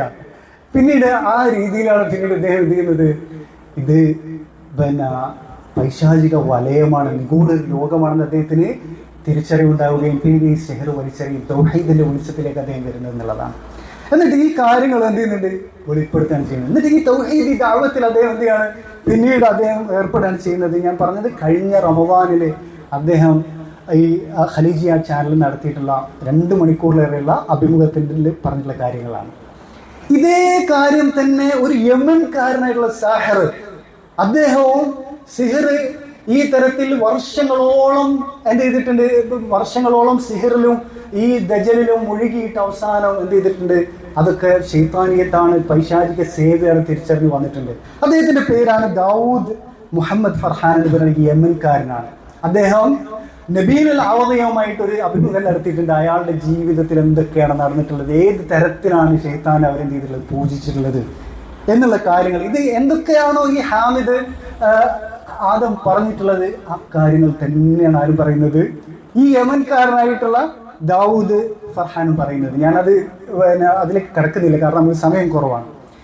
ഇങ്ങനെ ഒരുപാട് സാഹചര്യങ്ങൾ അവർക്ക് അറിഞ്ഞുകൂടായിരുന്നു എന്ത്, ഇത് ഒരു എന്താണ് ശൈത്താന്റെ ലോകമാണെന്ന് അറിഞ്ഞുകൂടാ. ഇതൊക്കെ ദീനായിട്ട്, വിലായത്തും കറാമത്തുമായിട്ട് ദീനായിട്ട് കരുതിയിട്ട് അതിൽ കുടുങ്ങിപ്പോയ ആളുകളുണ്ട്. എന്നിട്ട് അതിൽ തിരിച്ചു വന്ന ധാരാളം ആളുകളുണ്ട്. അവരെല്ലാം പറയുന്നത് അവരുടെ എന്താണ്, അവരുടെ ജീവിത രേഖ അല്ലെങ്കിൽ അവർ കടന്നുപോയ വഴികൾ ഇങ്ങനെ തന്നെയാണെന്നാണ് പറഞ്ഞിട്ടുള്ളത്. ഇനി നമ്മൾ ആലോചിച്ച് നോക്കുക, ഇത് തന്നെയാണ് നമ്മുടെ നാട്ടിലും എന്ത് ചെയ്തിട്ടുള്ളത്, നടക്കുന്നത്. ഇവിടെ കേരളത്തില് ഉള്ള മതപരമായിട്ടുള്ള അവസ്ഥ എന്ന് പറയുന്നത്, സമസ്ത എന്ന് പറയുന്നത്, സമസ്ത 2 സമസ്തയല്ല, പിന്നെ സംസ്ഥാനമുണ്ട്, ദക്ഷിണുണ്ട്, പലതും ഉണ്ട് ഇവിടെ. അതുപോലെ തന്നെ തരീക്കത്തുകളുണ്ട്, പല സംഗതികളുണ്ടല്ലോ ഇവിടെ. ഖുറാഫാത്ത് പല കോലത്തിലും രൂപത്തിലും ഉണ്ട് ഇവിടെ. ഇവരെല്ലാം തന്നെ ഈ ഉമ്മത്തിന് പഠിപ്പിക്കുന്ന എന്താണ്, ഇതൊക്കെ എന്താണ് ദീനായിട്ടാണ് പഠിപ്പിക്കുന്നത്. അങ്ങനെയൊക്കെ എന്താണ് മണ്ണ് പാകപ്പെടുത്തിയിട്ടുള്ള ആളുകളാണ് ഈ കേരളത്തിലെ സമസ്ത എന്ന് പറയുന്നത്, ഈ ഖുറാഫാത്തുകൾക്കെല്ലാം തന്നെ. എന്നിട്ട് വരുന്നതാണെന്ന് ഈ ഇതുപോലുള്ള ഒരുപാട് സാഹചര്യങ്ങൾ വലിയകളായിട്ട് ഷെയ്ഖുമാരായിട്ട് രംഗപ്രവേശനം ചെയ്യണം. അതിലേറ്റവും ഒന്നാമതാണ് എന്ത്, ഇപ്പൊ ഏറ്റവും വലിയ ഷെയ്ഖായിട്ട് ആളുകൾ തലയെ കൊണ്ട് നടക്കുന്ന CM മടവൂർ. CM മടവൂരിന്റെ ചരിത്രം നിങ്ങൾ നോക്കൂ. അയാൾ എങ്ങനെയാണ് പിന്നെ ഈ ഒരു ഏർപ്പാടിലേക്ക് വന്നതെന്ന് നമ്മൾ പഠിച്ചു നോക്കിയാൽ ഈ പറഞ്ഞിട്ടുള്ള ഷെയ്ഖ് ഹാമിദ് ആദമിന്റെ അതേ വഴികളിലൂടെ തന്നെയാണ് ആര് വന്നിട്ടുള്ളത്, CM മടവൂരും വന്നിട്ടുള്ളത്. നിങ്ങൾ നോക്കാം, ഇയാള് കോഴിക്കോട് ദർസ് നടത്തിയിട്ടുണ്ട്, യുവാവായിരിക്കെ ദർസ് നടത്തിയിട്ടുണ്ടായിരുന്ന ഒരു സാധാരണ ഒരു മുസ്ലിയാരായിരുന്നു. എന്നിട്ട് ആ സമയത്ത് ഇദ്ദേഹം എന്താണ് ചെയ്തിട്ടുള്ളത്, ഇദ്ദേഹത്തിന് അല്പം സൂക്ഷ്മതയും ഭക്തിയൊക്കെ ഉള്ള ഒരാളാണ്. ആളുകൾക്കൊക്കെ ഇയാളോട് എന്തുണ്ട്, അന്നേ ഒരു ആദരവുണ്ട്. എന്നിട്ട് ഇയാൾ അന്വേഷിച്ച് അങ്ങ് കർണാടകയിൽ നിന്ന് പുലിമൊയ്തീൻ വരികയാണ്. അല്ലേ, ആരാണ് പുലിമൊയ്തീൻ? പുലിമൊയ്തീൻ എന്ന പേര് തന്നെ വന്നത് എങ്ങനെയാണെന്ന് നിങ്ങൾ നോക്കുക. പുലിമൊയ്തീൻ എന്ന പേര് വന്നിട്ടുള്ളത് ഇയാള് പുലിത്തോൽ അണിഞ്ഞിട്ടാണ് നടക്കാറുണ്ടായിരുന്നത്. പുലിത്തോൽ എന്ന് പറയുന്നത് എന്താണ്, ഇസ്ലാമിൽ ഹറാമായിട്ടുള്ള നജസ് ആയിട്ടുള്ള എന്താണ് വസ്ത്രമാണ്. പുലിത്തോല് നമ്മൾ എന്ത് വെക്കാൻ പാടില്ല, ഉപയോഗിക്കാൻ തന്നെ പാടില്ലാത്ത സംഗതിയാണ്. നജസ് ആണെന്നുള്ളത് എന്താണ് ഐക്യകണ്ഠേനുള്ള ഒരു സംഗതിയാണെന്ന് ഇസ്ലാമിക ഫിഖ്ഹില്. അങ്ങനത്തെ ഈ നജസ്സും ധരിച്ചിട്ട് ഹറാമായി വസ്ത്രം ധരിച്ച് നടക്കുന്ന ഒരാളാണ്. ഇയാള് വലിയ മലക്കിന്റെയും ദീനിന്റെ ആളായിരിക്കോ? ഒരിക്കലല്ല. ഇയാള് ശൈത്താന്റെ ആളാണ്. നമ്മുടെ നാട്ടില് ഹിന്ദു മതത്തിലുള്ള ആൾ ദൈവങ്ങളുണ്ട് അല്ലേ, സായിബാബ ഉണ്ട്, പിന്നെ അമൃതാനന്ദമയുണ്ട്, അങ്ങനത്തെ കുറെ സാധനങ്ങളുണ്ട്. ഇവരെല്ലാം എന്താണ് പുലിത്തോലിൽ ഇരിക്കുകയും കിടക്കുകയും അത് ധരിച്ച് നടക്കുന്ന ആളുകളാണ്. ഇത് ഈ സാഹചര്യങ്ങളുടെ പൈശാചിക സേവ ചെയ്യുന്നവരുടെ ഒന്നാമത്തെ ലക്ഷണമാണിത്. അപ്പൊ ഈ പുലിത്തോലിനെ സംബന്ധിച്ച് ഹദീസിൽ വന്നത് കാണാൻ സാധിക്കും. മിഖ്ദാം ഇബ്നു മഅദി കരീബ് റളിയല്ലാഹു അൻഹു റിവായത്ത് ചെയ്യുന്ന ഹദീസിൽ നബി സല്ലല്ലാഹു അലൈഹി വസല്ലം യൻഹാ അൻ ലിബ്സി ജുലൂദി അസ്സിബാ, വന്യമൃഗങ്ങളുടെ തോല് അണിയുന്നതിന് നബി സല്ലല്ലാഹു അലൈഹി വസല്ലം എന്ത് ചെയ്തിട്ടുണ്ട്, വിലക്കിയിട്ടുണ്ട്. വറുകൂബ് അലൈഹ, അതിൽ വാഹനത്തിന്റെ മുകളിൽ ഇട്ടിട്ട് അതിൽ കയറുന്നതോ അതിൽ ഇരിക്കുന്നതോ ഒക്കെ വിലക്കിയിട്ടുണ്ട്. ഇമാം അബൂ ദാവൂദ് റിവായത്ത് ചെയ്തിട്ടുള്ള ഹദീസാണ്. ഇനി പുലിയുടെ കാര്യത്തിൽ പ്രത്യേക ഹദീസുണ്ട്. അതെന്താണ്, മുആവിയ ഇബ്നു അബീ സുഫ്യാൻ റളിയല്ലാഹു അൻഹു റിവായത്ത് ചെയ്യുന്ന ഹദീസ് അബൂ ദാവൂദ് തന്നെ റിപ്പോർട്ട് ചെയ്തു. അന്ന റസൂലുള്ളാഹി സ്വല്ലല്ലാഹു അലൈഹി വസല്ലം അൻ റുകൂബിൻ നിമാർ യഅനി ജുലൂദൻ നിമാർ, പുലിത്തോല് ധരിക്കുന്നത് നബി സല്ലല്ലാഹു അലൈഹി വസല്ലം വിലക്കി. അത് വസ്ത്രമായിട്ട് ധരിക്കുന്നതും അത് വിരിച്ചതിന്റെ മേൽ ഇരിക്കുന്നതും ഒക്കെ വിലക്കി എന്നുള്ളതാണ്. എത്ര ഹദീസാണ് പുലിത്തോലിന്റെ കാര്യത്തിൽ നേരിട്ട് വന്നിട്ടുള്ളത്. മറ്റൊരു ഹദീസ് നിങ്ങൾ ശ്രദ്ധിക്കുക. അൻ മുആവിയ റളിയല്ലാഹു അൻഹു അൻ നബി സല്ലല്ലാഹു അലൈഹി വസല്ലം ലാ തസ്ഹബുൽ മലായികതു റുഫ്ഖതൻ ഫീഹാ ജിൽദു നമർ, പുലിത്തോലുള്ള ഒരു കൂട്ടത്തിലേക്ക് മലക്ക് വരൂല എന്നാണ്. ഒരു കൂട്ടര് അവരുടെ കൂട്ടത്തിൽ ആരെങ്കിലും ഈ പുലിത്തോലുമായിട്ട് നടക്കുന്ന ആളുണ്ടെങ്കിൽ ആ ഏരിയയിലേക്ക് മലക്ക് വരൂല. പിന്നെ ആരെ വരിക, ശൈത്താനാണ് വരിക. ഇത് ഇമാം അബൂ ദാവൂദ് റിവായത്ത് ചെയ്തിട്ടുള്ള സഹീഹ് ഹദീസാണ്. എത്ര ഹദീസുകൾ ഈ വിഷയത്തിലുണ്ട്. പുലിത്തോൽ എന്ന് പറയുന്നതും അങ്ങനത്തെ വന്യജീവികളുടെ തോലുകളൊക്കെ നജസാണ്. അത് ധരിച്ച് നടക്കുകയാണ് ചെയ്യുന്നത്. റസൂലുള്ളാഹി സ്വല്ലല്ലാഹു അലൈഹി വസല്ലമയുടെ വിലക്കുകൾക്ക് നേരെ വിരുദ്ധമായിട്ട്. എന്നിട്ട് ഇയാൾ നേരിട്ട് എന്ത് ചെയ്യാണ്, ഈ കോഴിക്കോട്ടുള്ള CM മടവൂരിന്റെ അടുത്ത് വന്നിട്ട്, യുവാവായിട്ടുള്ള CM മടവൂരിന്റെ അടുത്ത് വന്നിട്ട് ഇയാൾ ഇങ്ങനെ എന്ത് ചെയ്യാണ്, വശീകരിക്കാൻ ശ്രമിക്കാണ്. അങ്ങനെ കുറെ ഇയാളെ ഇങ്ങനെ കാൻവേസ് ചെയ്യാൻ നോക്കി. അവസാനം എന്ത് ചെയ്തു, ഇയാൾ അതിൽ വീണു. ആര്, CM മടവൂർ വീണു. ഇത് വിലായത്താണ്, കറാമത്താണ്, ദീനിന്റെ ഏറ്റവും ഉന്നതിയിലേക്കുള്ള ഇഹ്സാനിന്റെ മാർഗമാണെന്ന് ധരിച്ചിട്ടാണ് അയാൾ അതിലേക്ക് വീഴുന്നത്. എന്നിട്ട് ആദ്യം ഇയാള് രണ്ട് ദിവസം സ്വന്തം ഭാര്യയായിട്ടാണ് എന്ത് ചെയ്യുന്നത്, കർണാടകയിലുള്ള പുലിമൊയ്തീന്റെ അടുത്തേക്ക് പോയിട്ട് അവിടെ എന്ത് ചെയ്യുന്നത്, താമസിക്കുന്നത്. ഷെയ്ഖിന്റെ അടുത്ത് പോയിട്ട് സ്വന്തം ഭാര്യയെ കൊണ്ടുപോയിട്ട് ഭാര്യ കാഴ്ചവെക്കുക എന്നുള്ളത് സൂഫികളുടെ ഇടയിലും എന്താണ് അറിയപ്പെട്ടുള്ള കാര്യമാണ്. ചരിത്ര ഗ്രന്ഥങ്ങളും സൂഫി ഗ്രന്ഥങ്ങളും നമുക്ക് വായിച്ചെടുക്കാൻ സാധിക്കുന്ന സംഗതിയാണ്. പിന്നീട് ഇയാള് ഈ CM മടവൂർ എന്ത് ചെയ്യാണ്, പിന്നീട് ഒറ്റക്ക് പോവുകയാണ്. പിന്നെ ഭാര്യനൊക്കെ എന്ത് ചെയ്യാണ്, ഒരു ബൈക്കാക്കാണ്. എന്നിട്ട് ഇയാള് പുലിമൊയ്തീന്റെ വഴിയിൽ പോവുകയാണ് ചെയ്യുന്നത്. പിന്നെ 290 ദിവസം, ഏകദേശം 1 വർഷം ഇയാളുടെ മുരീദായിട്ട്, ഇയാളുടെ ശിക്ഷണത്തിൽ, ഇയാളുടെ ഈ പൈശാചിക തർബീയത്തിൽ ഇയാൾ കഴിയാണ് ചെയ്യുന്നത്. അത് കഴിഞ്ഞിട്ട് പിന്നീട് 8 വർഷത്തെ വേറൊരു ഇയാൾ പിന്നെ വരുന്നുണ്ട്. അതും കഴിഞ്ഞിട്ടാണ് പിന്നെ വലിയ മർത്തബയിലേക്ക് ഇയാൾ എത്തുന്നത്. മനസ്സിലായില്ലേ? അപ്പോ ഈ 8 വർഷം എന്ന് പറയുന്നത് ഉമ്മാനോട് മിണ്ടാൻ പാടില്ല. സ്വന്തം ഉമ്മാനോട് മിണ്ടാതിരിക്കുക എന്നുള്ളത് ഏറ്റവും വലിയ ഹറാമായിട്ടുള്ള കാര്യമാണ് അല്ലേ. ഇയാള് ഇങ്ങനെ റിയാദയിൽ ഇരിക്കുന്ന സമയത്ത് ഏകദേശം 3 വർഷം ആരോടും മിണ്ടാതെ, നിസ്കരിക്കാതെ, നോമ്പ് വെക്കാതെ, കുളിക്കാതെ, നനയ്ക്കാതെ ഇയാൾ കഴിച്ചുകൂട്ടി. എന്നിട്ട് ഉമ്മ ഇങ്ങനെ ഇടക്കിടക്ക് വന്നിട്ട് എന്ത് ചെയ്യും, ഇയാളോട് എന്തെങ്കിലും ഒന്ന് സംസാരിക്കണമെന്ന് വന്നിട്ട് വരും. ഇയാൾ തിരിഞ്ഞു നോക്കില്ല. കാരണം ശേഖന്റെ നിർദ്ദേശമാണെന്ത്, മിണ്ടരുത്, ഉമ്മാനെ മൈൻഡ് ചെയ്യരുത് എന്നുള്ളത്. അങ്ങനെ എന്ത് ചെയ്യാണ്? പിന്നീട് ഇയാൾ ഒരിക്കലും സലാം മടക്കിപ്പോയി ഉമ്മാനോട്. ഏറ്റവും വലിയ ഉന്മയില്ലേ. എന്നിട്ട് പിന്നീട് പുലിമൊയ്തീൻ പിന്നെ എന്ത് ചെയ്യണം? 3 വർഷത്തെ കഠിന റിയാദായിട്ട് ശിക്ഷയായിട്ട് കൊടുക്കുകയാണ് ചെയ്യുന്നത്. ഒരാളോട് മിണ്ടാൻ പാടില്ല, നിസ്കരിക്കാൻ പാടില്ല, നോമ്പ് വെക്കാൻ പാടില്ല. എന്താണോ ഈ ഷെയ്ഖ് ഹാമിദ് ആദമിന്റെ കഥയിൽ നമ്മൾ കേട്ടിട്ടുള്ളത്, അദ്ദേഹം അനുഭവിച്ച കാര്യം, അദ്ദേഹം ലോകത്തോട് വെളിപ്പെടുത്തിയ കാര്യത്തിലുള്ളത്, അതെല്ലാം തന്നെയാണ് ഷർത്തായിട്ട് ആര് വെക്കുന്നത്? ഈ പുലിമൊയ്തീന് സി മടവൂരിന് മുമ്പിൽ വെക്കുന്നത്. എന്നിട്ട് പിന്നീട് നിങ്ങൾ ശ്രദ്ധിക്കുക, ഈ പുലിമൊയ്തീന്റെ കാര്യം എന്ന് പറയുന്നത് ഇയാള് ഒരു വലിയ കോമ്പം മീശക്കാരനായിട്ടുള്ള ഒരു ആചാനുഭാവായിട്ടുള്ള മനുഷ്യനാണ്. അയാൾക്ക് ഈ നിസ്കാര നോമ്പോ ദീനായിട്ട് ഒരു ബന്ധമില്ല എന്നുള്ളതാണ്. കാരണം കംപ്ലീറ്റ് ശൈത്താന്റെ ആളാണ്, അനുയായിയാണെന്നുള്ളതാണ്. ആ പുലിമൊയ്തീനെ കുറിച്ച് സി മടവൂര് പറഞ്ഞത് എന്താ അറിയുമോ? ഷംസുൽ ഉലമ എന്ന് പറയുന്ന ഒരു ആളുണ്ടല്ലോ, ഒരു കാക്ക, അയാളെക്കാളും 1000 മടങ്ങ് അല്ലെങ്കിൽ 100 മടങ്ങും മഹാനാണ് ആര്? ഈ പുലിമൊയ്തീൻ എന്നാണ് പറഞ്ഞിട്ടുള്ളത്. മാത്രമല്ല ഈ റിയാദയുടെ സമയത്ത് താടി വടിക്കണം, ദീനിന്റെ എല്ലാ ഷാറുകളും മാറ്റി വെക്കണം, സ്വർണം ധരിക്കുക, ഇങ്ങനത്തെ കാര്യങ്ങളൊക്കെ ഉണ്ട്. എന്നിട്ട് ഇദ്ദേഹം ഇയാളെ പരീക്ഷിക്കുന്നത് എങ്ങനെയാണ്? ഇയാള് പുലിമൊയ്തീൻ എന്ന് പറയുന്ന ആള് സ്ഥിരമായിട്ട് ചുരുട്ട് വലിക്കുന്ന ആളാണ്. ചുരുട്ട് വലിക്കാൻ ഇസ്ലാമിലെ ഹറാമാണ്. ചുരുട്ട് അതിന്റെ താഴെയുള്ളതും വലിക്കുന്ന ഹറാമാണ്. എന്നിട്ട് അതിന്റെ അവശിഷ്ടമായി വരുന്ന പൊടികൾ ഇങ്ങനെ എന്ത് ചെയ്യും? കോളാമ്പിയിലേക്ക് ഇങ്ങനെ തട്ടിയിടും. മാത്രമല്ല നല്ല മുറുക്കുന്ന ആളാണിത് പുലിമൊയ്തീൻ. ഇങ്ങനെ മുറുക്കി ഇങ്ങനെ എന്ത് ചെയ്യും? ഈ കോളാമ്പിയിലേക്ക് അത് തുപ്പുകയും ചെയ്യും. അത് കഴിഞ്ഞിട്ട് ഇങ്ങനെ കാർക്കിച്ച് തുപ്പുന്നത് ഈ കോളാമ്പിയിലേക്ക്. എന്നിട്ട് ഈ കോളാമ്പി ഇങ്ങനെ നിറഞ്ഞു കഴിഞ്ഞാൽ സി എം മടവൂരിനോട് പറയും ഇതവിടെ കുടിക്കുന്നു പറയും. അവക്കറെ വരി കുടിക്കുന്നു പറയും. അവിടെ സി എം ഒ മടവൂർ അങ്ങനത്തെ പേരൊന്നുമില്ല, അവക്കറെന്നെ വിളിക്കാം. എന്നിട്ട് വിളിച്ചിട്ട് ഇത് കുടിക്കുന്നതാണ് പറയും. ഒരു വലിയ ക്വാണ്ടിറ്റിയിലുള്ള ഈ ഒരു ഈ ഹബാഇസുകള്, ഈ ഈ മ്ലേച്ഛമായിട്ടുള്ള ഈ ഒരു സംഗതി കുടിക്കുക ഇസ്ലാമിൽ അത് ഹറാമായിട്ടുള്ള കാര്യമാണ് അല്ലേ? അതെല്ലാം ശൈത്താന് പ്രീതിപ്പെടുന്ന കാര്യങ്ങളാണ്. ഇയാളവിടെ കുടിക്കും. അത് കുടിച്ചിട്ട് ഇയാൾ ബോധം കെട്ടിട വീഴുകയാണ്. പിന്നെ 15 ദിവസം കഴിഞ്ഞിട്ടാണ് ചെയ്യുന്നത്? ഇയാൾ എഴുന്നേക്കുന്നതെന്ന് പറയുന്നത്. അപ്പോ ഇങ്ങനെയുള്ള ഘട്ടങ്ങളാണ് കഴിഞ്ഞു പോകുന്നത്. എന്താണോ നമ്മൾ ഈ സാഹചര്യങ്ങൾ, തൗബ ചെയ്ത് മടങ്ങിയ സാഹചര്യങ്ങൾ, അവർ ചെയ്തുകൊണ്ടിരുന്ന, അവര് ആദ്യം ഈ ഘട്ടത്തിലേക്ക് എത്തുന്നതിന് മുമ്പ് ചെയ്തുകൊണ്ടിരുന്ന കാര്യങ്ങൾ, അതെല്ലാമാണ് സി എം മടവൂർ ചെയ്തതായിട്ട് നമുക്ക് കാണാൻ സാധിക്കുന്നത്. അങ്ങനെ പിന്നീട് ഇതെല്ലാം കഴിഞ്ഞ് എന്ത് ചെയ്യാണ്?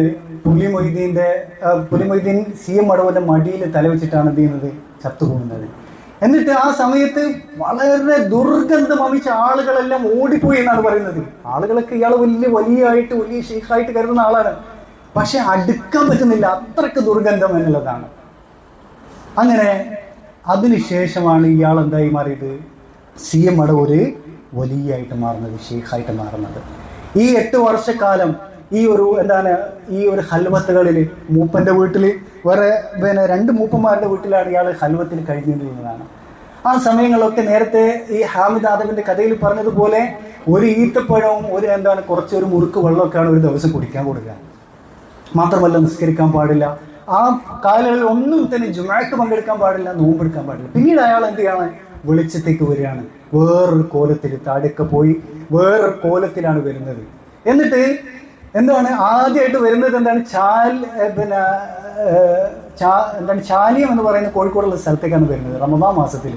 എന്നിട്ട് പരസ്യമായിട്ട് ചായ കുടിക്കാൻ ആളുകളുടെ മുമ്പിൽ നിന്ന് അവിടെയുള്ള ആളുകളോട് ഇയാള് വലിയ ഷെയ്ഖായിട്ട് ഈ ആളുകൾ ഇങ്ങനെ ചുറ്റും കൂടുകയാണ്. എന്നിട്ട് ഇയാള് അവിടെയുള്ള ആളുകളൊക്കെ നോമ്പ് മുറിക്കാൻ ചായ കുടിക്കാൻ വേണ്ടിയിട്ട് ആവശ്യപ്പെടുകയാണ്. എന്നിട്ട് അവർക്കൊക്കെ ചായ കൊടുക്കുകയാണ് ചെയ്യുന്നത്.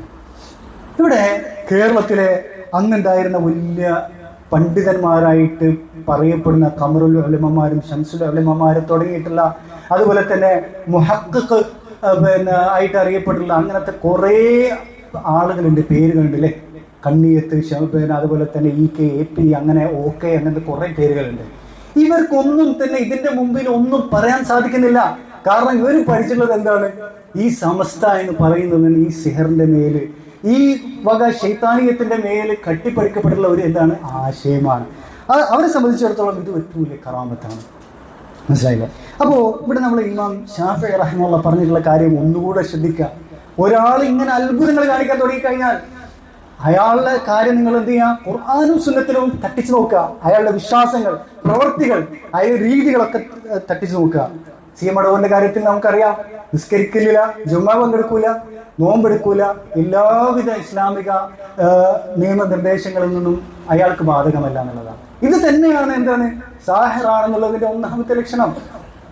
അങ്ങനെ ഇയാള് ഈ തരത്തിലുള്ള വലിയ സിഹറിന്റെ അങ്ങേയറ്റത്ത് എത്തിപ്പോയിട്ടുണ്ട്. അതുകൊണ്ടാണ് ഇയാൾ എന്ത് ചെയ്യുന്നത്, ഈ തരത്തിലുള്ള വലിയ ഖുതുബുൽ ആലമായിട്ട് ഇന്ന് പരിചയപ്പെടുത്തുന്നത്. നമ്മൾ നേരത്തെ പറഞ്ഞു, ഷെയ്ഖ് ഹാമിദ് ആദമിനെ ഖുതുബായിട്ട് തന്നെയാണ് ആ നാട്ടുകാർ പരിചയപ്പെടുത്തിയിട്ടുള്ളത്. ഖുതുബുൽ ആലമായിട്ടാണ് പരിചയപ്പെടുത്തിയിട്ടുള്ളത്. മാത്രമല്ല അതും കടന്നിട്ട് മുദബ്ബിറുൽ ആലമായിട്ടാണ് എന്ത് ചെയ്യുന്നത്, പരിചയപ്പെടുത്തുന്നത് അല്ലേ. അങ്ങനെ സി മടവൂരിന്റെ ഒരു ചരിത്രം നമ്മൾ നോക്കുക. ഈ തരത്തിലുള്ള ശൈത്താൻ സേവ് തന്നെയാണ് അവിടെ നടന്നിട്ടുള്ളത്. എന്നിട്ട് അതിന് മുമ്പിൽ ഒന്നും പറയാതെ അറിവ് മൂടി വെക്കുന്ന ആളുകളാണ്, അറിഞ്ഞിട്ടുള്ള ആളുകൾ വരെ അറിഞ്ഞ് മൂടി വെക്കുകയാണ് ചെയ്യുന്നത് ഈ സമസ്തയിലുള്ള പണ്ഡിതന്മാരായിട്ടുള്ള ആളുകൾ. ഇനി വേറെ അല്ല, ഇത് കഴിഞ്ഞിട്ടുള്ള അടുത്ത ആളുകളിലേക്കൊക്കെ നമ്മൾ നോക്കി ഇവരുടെ ഷെയ്ഖായിട്ട് വലിയായിട്ട് പരിചയപ്പെടുത്തിയ ആളുകളൊക്കെ ലൈനിൽ തന്നെയാണ്. ഒരാളാണെന്ത്, ബീരാണ്ടി വലി എന്ന് പറയുന്ന ഒരാൾ. അയാളുടെ അടുത്ത് പിന്നെ മലപ്പുറത്തുള്ള കീഴ്ശ്ശേരി എന്ന് പറയുന്ന സ്ഥലത്തുള്ള ആളാണ്. അയാളുടെ പരിപാടി എന്താണ്, അയാളെ കാണാൻ വേണ്ടി ഒരു മൂലാര് എന്ത് ചെയ്യാണ്, ആളുകളെയും കൂട്ടി പോകുന്ന സമയത്ത് അയാൾ അവിടെ എന്ത് ചെയ്യാണ്, സ്ത്രീകളുമായിട്ട് സംസാരിച്ചിരിക്കുകയാണ്. അങ്ങനെ സംസാരിക്കുന്ന എങ്ങനെയാണ്, മുസ്ഹഫിന്റെ മേൽ കയറി നിന്നിട്ടാണ് സംസാരിക്കുന്നത്. സുബ്ഹാനല്ലാഹ്. ഇതാണ് ശൈത്താനിയത്ത് എന്ന് പറയുന്നത്, സിഹർ എന്ന് പറയുന്നത്, ശൈത്താൻ ആരാധിക്കുക എന്ന് പറയുന്നത് ഇത് തന്നെയാണ് അല്ലേ. ഇത് തന്നെയാണ് ഏറ്റവും വലിയ പൈശാചിക ആരാധന. ഖുർആനിന്റെ മേൽ കയറി നിൽക്കുക. ഇയാളെ പോലുള്ള ആളുകളെ എന്നിട്ട് ആരാണ് വരവേൽക്കുന്നത്, തങ്ങന്മാര്, വലിയ കാസിയും ചെറിയ കാസിയെ പോലുള്ള വലിയ തങ്ങന്മാര്, ജനങ്ങളുടെ ഇടയിൽ സ്വീകാര്യതയുള്ള ആളുകളൊക്കെ ഇവരെ എന്ത് ചെയ്യാണ്, ആദരിക്കും ബഹുമാനിക്കാൻ ചെയ്യുന്നത്. ഇനി അതുപോലെ കന്യാന മൗല എന്ന് അറിയപ്പെട്ടുള്ള വ്യക്തി, അതിൽ പിന്നെ AP സമസ്തയിലുള്ള പൊന്മളയെ പോലുള്ള ആളുകളൊക്കെ ഇയാൾ കള്ളവലിയാണെന്നുള്ളത് പറഞ്ഞിട്ടുണ്ട്. അവർക്ക് പറയാനൊരു പേടിയുണ്ട്. കാരണം എന്താണ്, എന്തെങ്കിലും കുരുത്തക്കേട് വരുമോ എന്നുള്ളൊരു പേടി. എന്നിട്ട് ഇയാളുടെ കാര്യം എന്താണ്, ഇയാള് അറിവുള്ള ആളുകളെ നായ്ക്കളെ പട്ടികളെ എന്നൊക്കെ വിളിക്കുകയാണ് ചെയ്യുക. എന്നിട്ട് ആട്ടി അകറ്റുകയാണ് ചെയ്യുക. ചിലപ്പോൾ കൈ കിട്ടുന്നതുകൊണ്ട് എന്ത് ചെയ്യാണ്, എറിഞ്ഞു ഓടിക്കുകയാണ് ചെയ്യുക. എന്താണ്, മുത്താലിമുകളെയും അതുപോലെ തന്നെ മാലിമുകളെയൊക്കെ തന്നെ. ഇയാള് എന്താ പറയാ, എല്ലാ സമസ്തക്കാരും ഇയാളുടെ കറാമത്തുകൾ പറഞ്ഞിട്ടുള്ള എത്ര വീഡിയോകൾ നമുക്ക് യൂട്യൂബിൽ നമുക്ക് കാണാൻ സാധിക്കും ഇങ്ങനത്തെ ഒരു വ്യക്തിയെ സംബന്ധിച്ചിടത്തോളം. അതുപോലെ തന്നെ മീനങ്ങാടി സുലൈമാനെ സംബന്ധിച്ചിടത്തോളം പല ആളുകളും നേരത്തെ EKയെ പോലുള്ള ആളുകളൊക്കെ കള്ളനാണെന്ന് പറഞ്ഞിട്ടുണ്ട്. ഇപ്പോൾ അവർക്ക് പേടിയാണ്, ഇയാളെങ്ങാനും ചിലപ്പോൾ ശരിക്കും വലിയനായിരിക്കും എന്നുള്ള പേടിയാണ്. എന്നിട്ട് ഒളിച്ചും പാത്തും ഇയാളെ കാണാൻ വേണ്ടി ബർക്കത്തെടുക്കാൻ ആര് പോവാണ്, മുസ്ലിയാക്കന്മാർ പോവുകയാണ്. വലിയ തലക്കെട്ട് കിട്ടിയ ആളുകൾ പോവുകയാണ്. എന്നിട്ട് രഹസ്യമായിട്ട് പോയിട്ട് ബർക്കത്തെടുക്കുകയാണ് ചെയ്യുന്നത്. ഇയാളാരാണ്, താടിയൊന്നും ഇല്ലാത്ത സിഗരറ്റ് വലിച്ച് നടക്കുന്ന ഒരു എന്താണ് ഫാസിഖായിട്ടുള്ള ഒരു വ്യക്തിയാണ്. അതുപോലെ തന്നെ അടുത്തിടെ രംഗത്ത് വന്നിട്ടുള്ള വ്യക്തിയാണെന്ത്, വടിത്തങ്ങൾ. ദീനിൽ ഒരു എന്താ പറയുക, അടിസ്ഥാനം വരെ അറിയാത്ത, ഫാത്തിഹ ഓതാൻ പറയാത്ത ആള്, ഈ ഹാർമോണിയവും മ്യൂസിക്കുമായിട്ട് നടക്കുന്ന ആള്. അതുപോലെ തന്നെ നേരത്തെ നമ്മൾ പറഞ്ഞിട്ടുള്ള പിന്നെ ആറ്റക്കോയത്തങ്ങൾ, ഹാമിദ് ആറ്റക്കോയത്തങ്ങളെ സംബന്ധിച്ചിടത്തോളം ഇയാൾക്കും കിട്ടിയത് എന്തിനാണ്, സലാത്തുൽ ഫാത്തി, തിജാനി സലാത്തുൽ ഫാത്തി തന്നെയാണ് കിട്ടിയിട്ടുള്ളത്. ആ ലൈനിലാണ് ഇവരെല്ലാവരും വരുന്നത്. അവർക്കും ഫാത്തിഹ ഓതാൻ അറിയില്ല, ഖുർആൻ ഓതാൻ അറിയില്ല. സിനിമാ പാട്ട് ഇങ്ങനെ പാടിക്കൊടുക്കും, മാപ്പിള പാട്ട് ഇങ്ങനെ പാടിക്കൊടുക്കും. പെണ്ണുങ്ങൾ ഇങ്ങനെ എന്ത് ചെയ്യും, ഇയാളുടെ പുറകിൽ എന്ത് ചെയ്യാണ്, ഇയാം പാട്ടുകളെ പോലെ പോവുകയാണ് ചെയ്യുന്നത്. ഇനി വേറൊരു കക്ഷി ഉണ്ട്, ഏർവാടിയിൽ ഒരു കൃഷ്ണേട്ടൻ എന്ന് പറയുന്ന ഒരാളുണ്ട്. ഇയാളുടെ കാര്യം എന്താണ്, ഇയാൾക്ക് ചെറിയ അസുഖമുള്ള ഒരാളായിരുന്നു. അങ്ങനെ ഇയാളോട് മലപ്പുറത്തുള്ള ഒരു സമസ്തക്കാർ എല്ലാവരും, കക്ഷിഭേദമന്യേ എല്ലാവരും പാടിപ്പുകഴ്ത്തുന്ന, വലിയ ആദരിക്കുന്ന ഒരു വലിയായിട്ട്, ഷെയ്ത്താന്റെ വലിയായിട്ടുള്ള അമ്പംകുന്ന് ബീരാനൗലിയ എന്ന് പറയുന്ന ഒരാൾ. ഈ ബീരാനൗലിയ ഇയാൾ എന്ത് ചെയ്യാണ്, ഏർവാടിക്ക് അയക്കാണ്. ഏർവാടി എന്ന് പറഞ്ഞാൽ എന്താണ്, ഈ പൈശാചിക സേവയുടെ എന്താണ് ലോകമാണത്, അതിന്റെ കേന്ദ്രം. അങ്ങനെ അവിടത്തേക്ക് ആരയക്കാണ്, ഈ കൃഷ്ണേട്ടൻ അയക്കാണ്. എന്നിട്ട് അവിടെ വെച്ചിട്ട് ഇയാളുടെ മേലുള്ള നിർദ്ദേശം എന്താണ്, അവിടുത്തെ പിന്നെ സോക്കോൾഡ് ഔലിയാക്കള് നിർദ്ദേശം കൊടുക്കുന്ന എന്താണ്, ഇനി മുതൽ കുളിക്കാൻ പാടില്ല. ഇയാൾ ഏകദേശം 8 വർഷമായി അവിടെ ഉണ്ട്, ഇയാൾ ഇതുവരെ കുളിച്ചിട്ടില്ല. പല്ല് തേക്കാൻ പാടില്ല. ഇതൊക്കെ ആരെ പ്രീതിപ്പെടുത്തുന്ന കാര്യങ്ങളാണ്, അള്ളാഹിനെ പ്രീതിപ്പെടുത്തുന്നതാണോ, മലക്കുകൾക്ക് ഇഷ്ടപ്പെടുന്ന കാര്യമാണോ, അല്ലെ ശൈത്താൻ ഇഷ്ടപ്പെടുന്ന കാര്യമാണോ? 8 വർഷമായിട്ട് കുളിച്ചിട്ടില്ലല്ലോ. വസ്ത്രം മാറാൻ പാടില്ല. 8 വർഷമായിട്ട് വസ്ത്രം മാറിയിട്ടില്ല. എന്നിട്ട് സ്വപ്നത്തിലൂടെ ഇയാളെ എന്ത് ചെയ്യും, ഈ ശൈത്താന്മാർ വന്നിട്ട് നിർദ്ദേശങ്ങൾ കൊടുക്കും, പലതും പറഞ്ഞു കൊടുക്കും. ചിലപ്പോൾ ചെവിയിൽ വന്ന് പറയുന്നതാണ്. ആര് പറയുന്നത്? ഈ കൃഷ്ണേട്ടനെ പറയുന്നത്.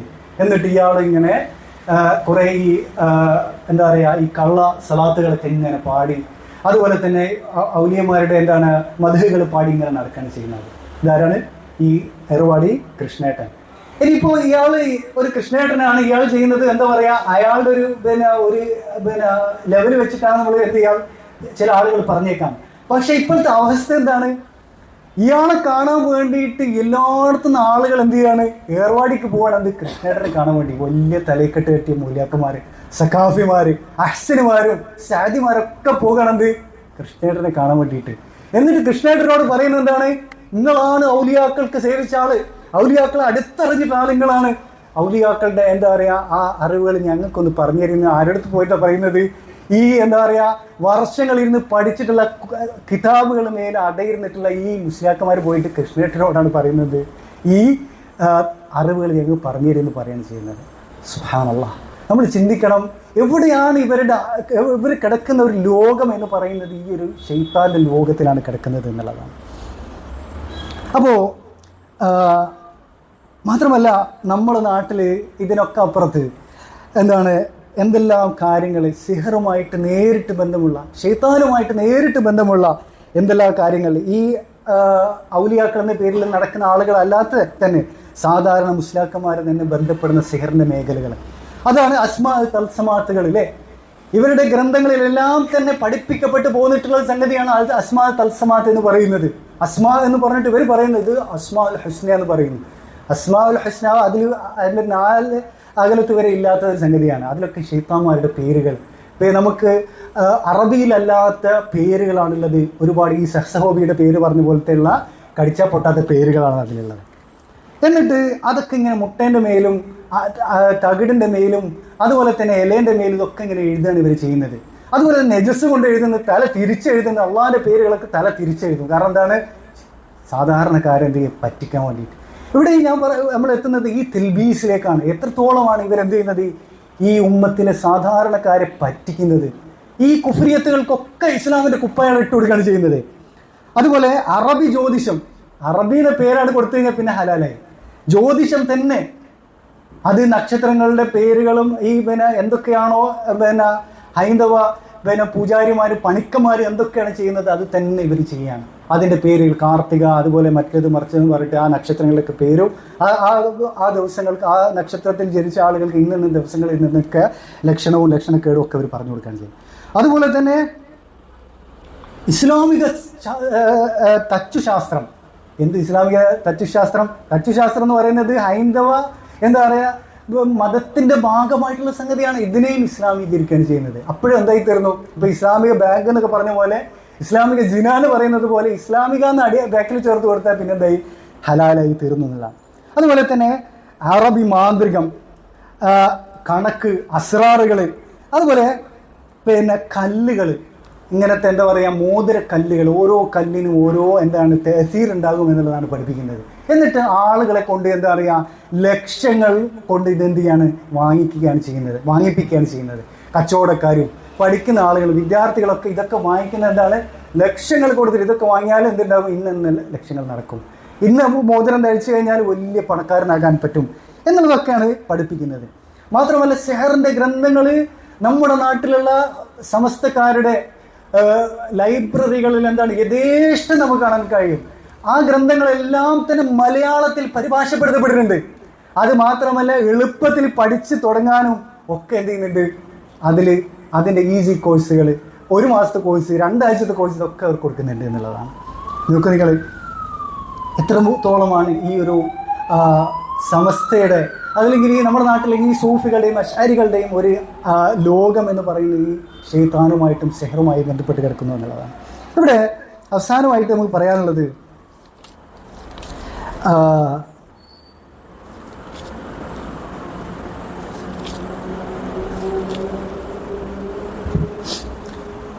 ഇമാം ദഹബി റഹിമഹുല്ലാഹ് പറഞ്ഞിട്ടുള്ളൊരു കാര്യമുണ്ട്. ഈ തരത്തിലുള്ള സാഹചര്യങ്ങളെ സംബന്ധിച്ച് റൂഹാനിയത്ത് ആണ് നമ്മുടെ അടുത്ത് വരുന്നത് എന്ന് പറയുന്ന സാഹചര്യങ്ങളെ സംബന്ധിച്ച് പറയുന്നത് ഫഅലം അന്നഹു ഇബ്ലീസുൻ ഖദ് ളഹറ ബിസ്സൂറത്തി ബശർ. ഈ ഔലിയാക്കൾ എന്ന് പറയപ്പെടുന്ന ആളുകൾ ഇവരെല്ലാം ഒന്നുകിൽ മനുഷ്യരൂപത്തിൽ വന്നിട്ടുള്ള ശൈത്താന്മാരാണ്, അതല്ലെങ്കിൽ ഔ ഖദ് ഹല്ല ഫീഹി, അല്ലെങ്കിൽ ശൈത്താൻ കേറിയിട്ടുള്ള ആളുകളാണ് ഇവർ എന്നുള്ളതാണ്.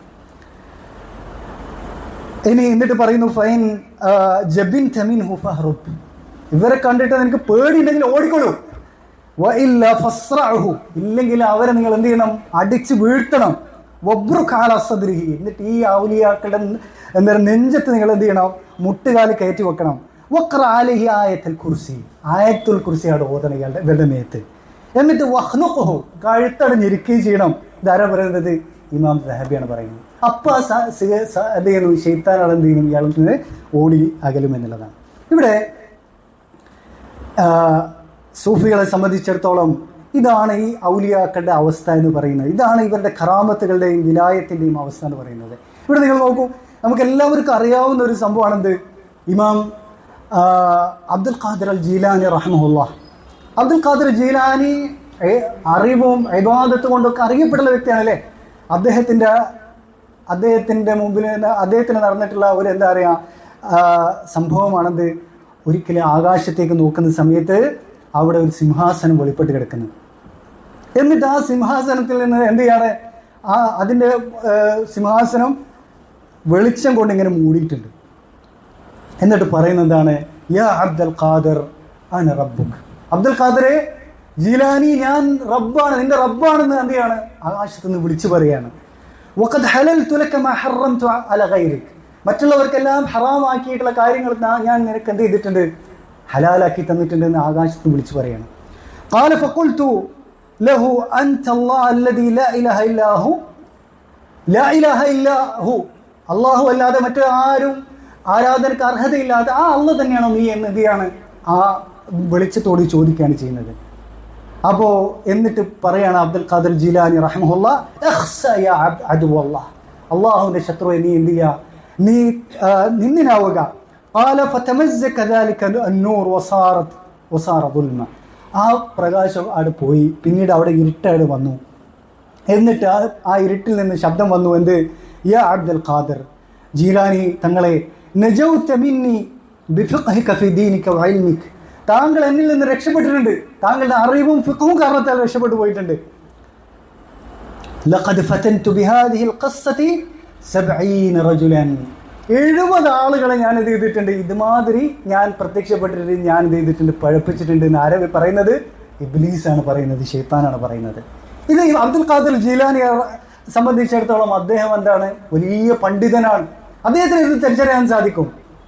എന്നാൽ അറിവില്ലാത്ത ഈ തരീക്കത്തുകളുടെ വഴിയിൽ സഞ്ചരിച്ചിട്ടുള്ള ഈ വിക്രം ഡാൻസുമായിട്ട് പിന്നെ മ്യൂസിക്കുമായിട്ട് നടന്നിട്ടുള്ള ആളുകൾക്ക് ഇതൊക്കെ എങ്ങനെ തിരിച്ചറിയാൻ പറ്റുന്നതാണ്? എന്നിട്ട് പിന്നെ അബ്ദുൽ ഖാദിർ ജീലാനിയോട് വീണ്ടും ശൈത്താൻ ചോദിക്കാൻ, ഞാൻ ശൈത്താനാണെന്ന് നിനക്ക് എങ്ങനെ വെളിപ്പെട്ടു എന്ന് ചോദിക്കുകയാണ്. അപ്പോൾ അദ്ദേഹം പറഞ്ഞു, ബിഖൗലിക ലി ഹലൽതു ലക മാ ഹറംതു അലാ ഗൈരിക്, താങ്കൾക്ക് ഞാൻ മറ്റുള്ളവരുടെ മേലൊക്കെ ഹറാമായതെല്ലാം ഹലാലാക്കി തന്നിട്ടുണ്ട്, ഇനി താങ്കൾക്ക് വ്യഭിചരിക്കാം, എന്തും ചെയ്യാം എന്നുള്ള ആ ഒരു സംസാരം. അത് കേട്ടപ്പോൾ അബ്ദുൽ ഖാദിർ ജീലാനി റഹ്മത്തുള്ളാഹിക്ക് മനസ്സിലായി ഇത് ശൈത്താൻ തന്നെയാണ്. വഖദ് അലിംതു അന്ന ശരീഅത മുഹമ്മദിൻ സ്വല്ലല്ലാഹു അലൈഹി വസല്ലം ലാ തുൻസഖ് വലാ തുബദ്ദൽ, റസൂലുള്ളാഹി സ്വല്ലല്ലാഹു അലൈഹി വസല്ലമയുടെ ശരീഅത്ത് അതൊരിക്കലും മാറ്റത്തിരുത്തലുകൾ വരില്ല. അവിടെ ഒരു ഹലാലും എന്തില്ല, ഒരാൾക്കും, ഒരു വലിയനോ ഒരു ഷെയ്ഖിനോ ഒരു ഷഹീദിനോ ഒന്നും തന്നെ എന്തായില്ല, അത് ഹലാലാവുകയില്ല. ഹറാമായത് ഒരു മാറ്റത്തിരുത്തലുകളോ അതിൽ വരികയില്ല. ഔലിയാക്കൾക്ക് പ്രത്യേകം എന്ത് പിന്നെ ശരീഅത്ത്, ഔലിയാക്കൾക്ക് ഖവാസിങ്ങൾക്ക് പ്രത്യേകം എന്താ പറയുക നിയമങ്ങൾ, അങ്ങനത്തെ ഒരു സംഗതിയില്ല. വലിയ അന്നഹു ഖാല അന റബ്ബുക്, ഞാനാണ് റബ്ബ് എന്ന് പറഞ്ഞു. അതുകൊണ്ട് എനിക്ക് മനസ്സിലായി, വലം യഖ്ദിർ അൻ യഖൂൽ അന അല്ലാഹ്, ഞാനാണ് അള്ളാഹ് എന്ന് ശൈത്താന് പറയാൻ പറ്റില്ല. അന റബ്ബുക്ക് എന്നൊക്കെ പറഞ്ഞു വെക്കാം, പക്ഷേ അന അല്ലാഹ് എന്ന് പറയാൻ പറ്റുകയില്ല. അതുകൊണ്ടും എനിക്ക് മനസ്സിലായത് ഇബ്ലീസ് തന്നെയാണ് വന്നിട്ടുള്ളത്. അപ്പോൾ അബ്ദുൽ ഖാദിർ ജീലാനി റഹ്മത്തുള്ളാഹ് വലിയ ആലിമാണ്, അദ്ദേഹത്തിന് ഇത് മനസ്സിലായി.